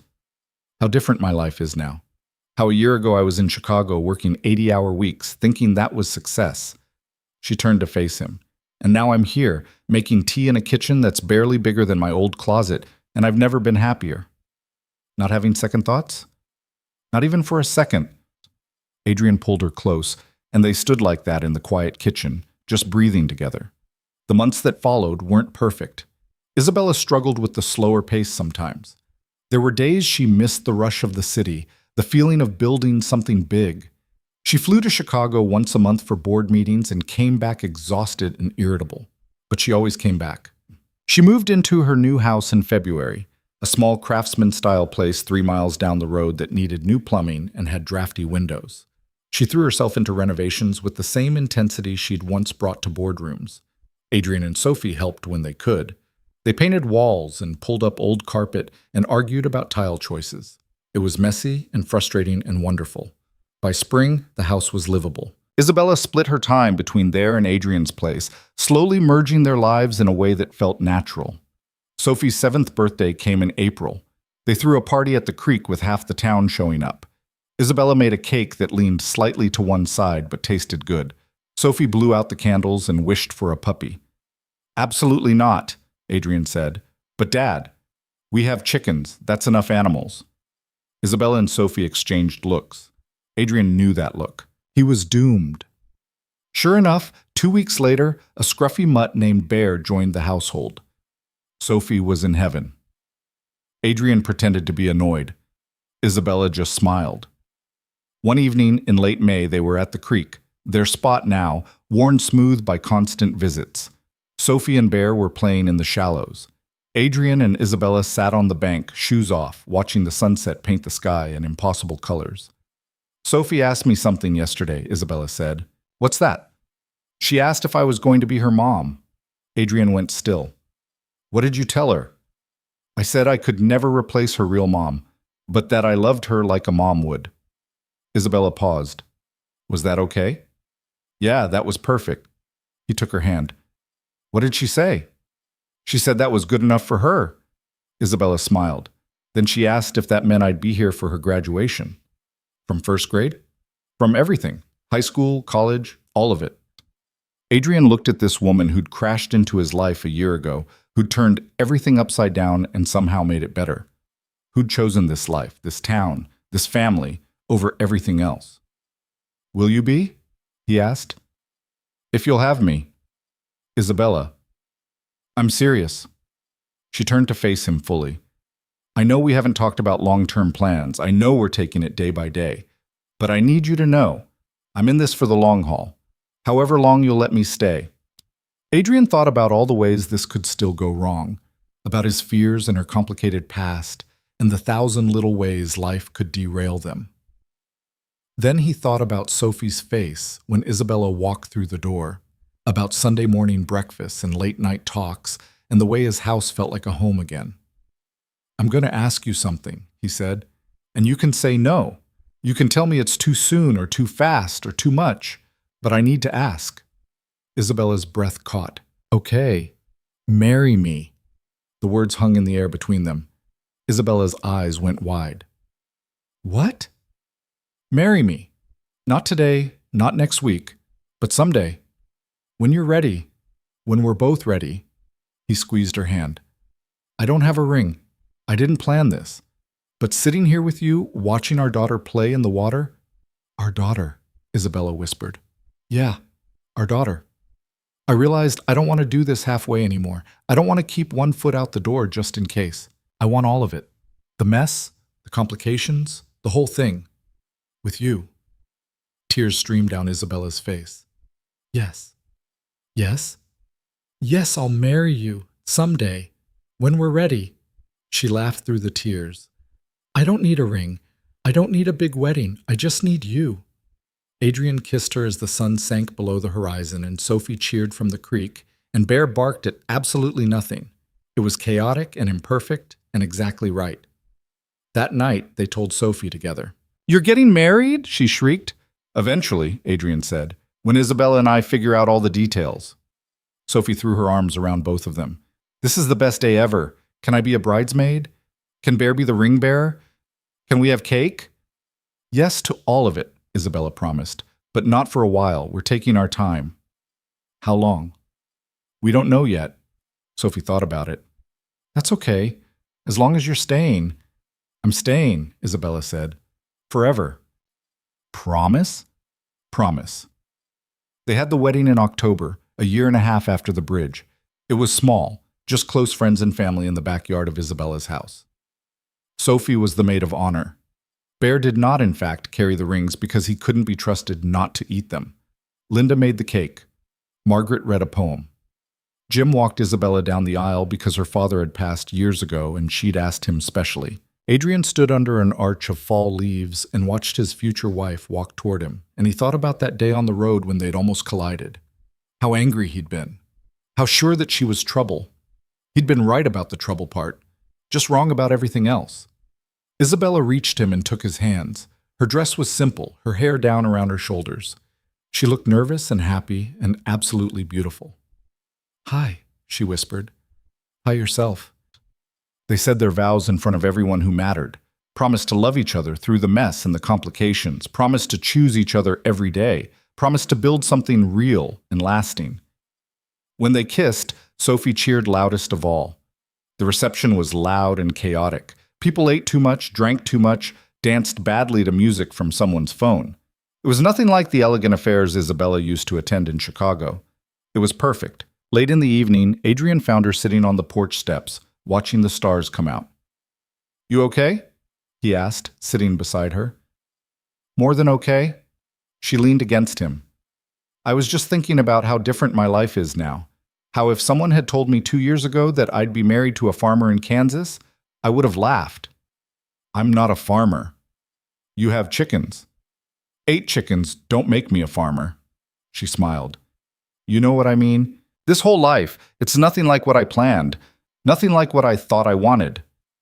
"Regrets?" "Not a single one." She turned to look at him. "You saved my life that day at the bridge, but this, everything that came after, you saved me in a different way. You showed me what actually matters. You did the same for me." They sat in comfortable silence, listening to the party continue inside. Sophie's laugh rang out above the others. "Think she's okay?" Isabella asked. "With all of this? Are you kidding? She's been planning this wedding since the day I proposed." "She's a good kid." "She is, because of you." Isabella shook her head. "She was good before I got here. You did that." "We did it together." "Yeah," Isabella agreed softly. "Together." Adrian thought about the word. Together. It had terrified him once. The idea of tying his life to someone else's, of opening up and risking that kind of pain again. But sitting there with his wife, on their wedding night, with their daughter inside and their whole future ahead of them, it didn't scare him anymore. It felt right.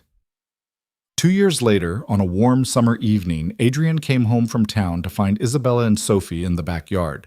They'd set up a telescope and were arguing about constellations.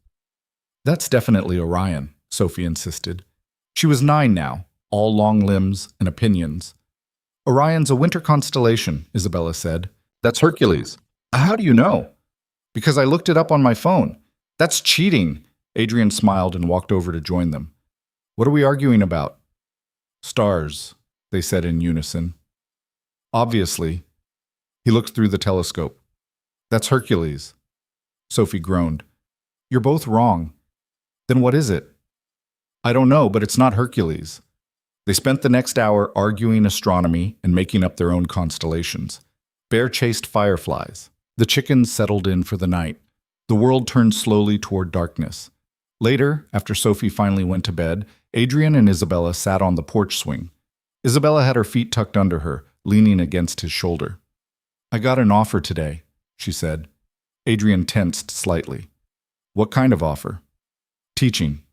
At the community college in Wichita. They want to start a business program, and they asked if I'd develop the curriculum." She paused. "It would be 2 days a week, Tuesdays and Thursdays." "What did you tell them?" "That I'd think about it, talk to you first." Adrian considered. Isabella had been consulting remotely for her old company, but he knew she'd been restless lately, looking for something more. "Do you want to do it?" he asked. "I think so. It would be teaching, which I always wanted to try. And it's still in Kansas, still close to home. But I don't want to do it if it's going to mess up what we have here. Isabella? He turned to look at her. We're not so fragile that your job is going to break us. If you want to teach, teach. You're sure? I'm sure. He kissed her forehead. Besides, Sophie's getting older. She doesn't need us hovering as much. Might be good for both of us to have something outside of this. Isabella smiled. When did you get so wise? I married you, didn't I? She laughed and kissed him, and they rocked slowly in the swing, listening to the night sounds. Adrian? She said after a while. Yeah? Thank you. For what? For jumping in. That day at the bridge, for saving me. You already thanked me for that. I know, but I mean it different now. She sat up to look at him properly. You didn't just save my life, you gave me a reason to live it differently. Better. Adrian touched her face, running his thumb along her cheekbone. You did the same for me. Yeah? Yeah, you reminded me that taking risks is worth it. That opening up is worth it. That letting people in, even when it's scary, is worth it. They kissed in the darkness, and somewhere inside the house, Sophie called out asking for water, and Bear barked at something in the yard, and it was all so beautifully ordinary that Adrian's chest hurt with the fullness of it. This was his life now, messy and complicated and absolutely perfect. Come on, he said, standing and pulling Isabella to her feet. Let's go see what our daughter wants now. Our daughter, Isabella repeated, smiling. I still love hearing that.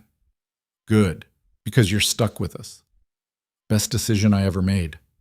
They walked inside together, hand in hand, to the life they'd built from a near collision and a river rescue and a whole lot of courage. Behind them, the porch light glowed warm against the darkness. Ahead, their daughter was calling. Around them, the house settled into its familiar creaks and sighs. And above, the stars wheeled slowly across the sky, marking time for a family that had found each other in the most unexpected way and chosen to stay together through everything that came after. It wasn't the life either of them had planned. It was better.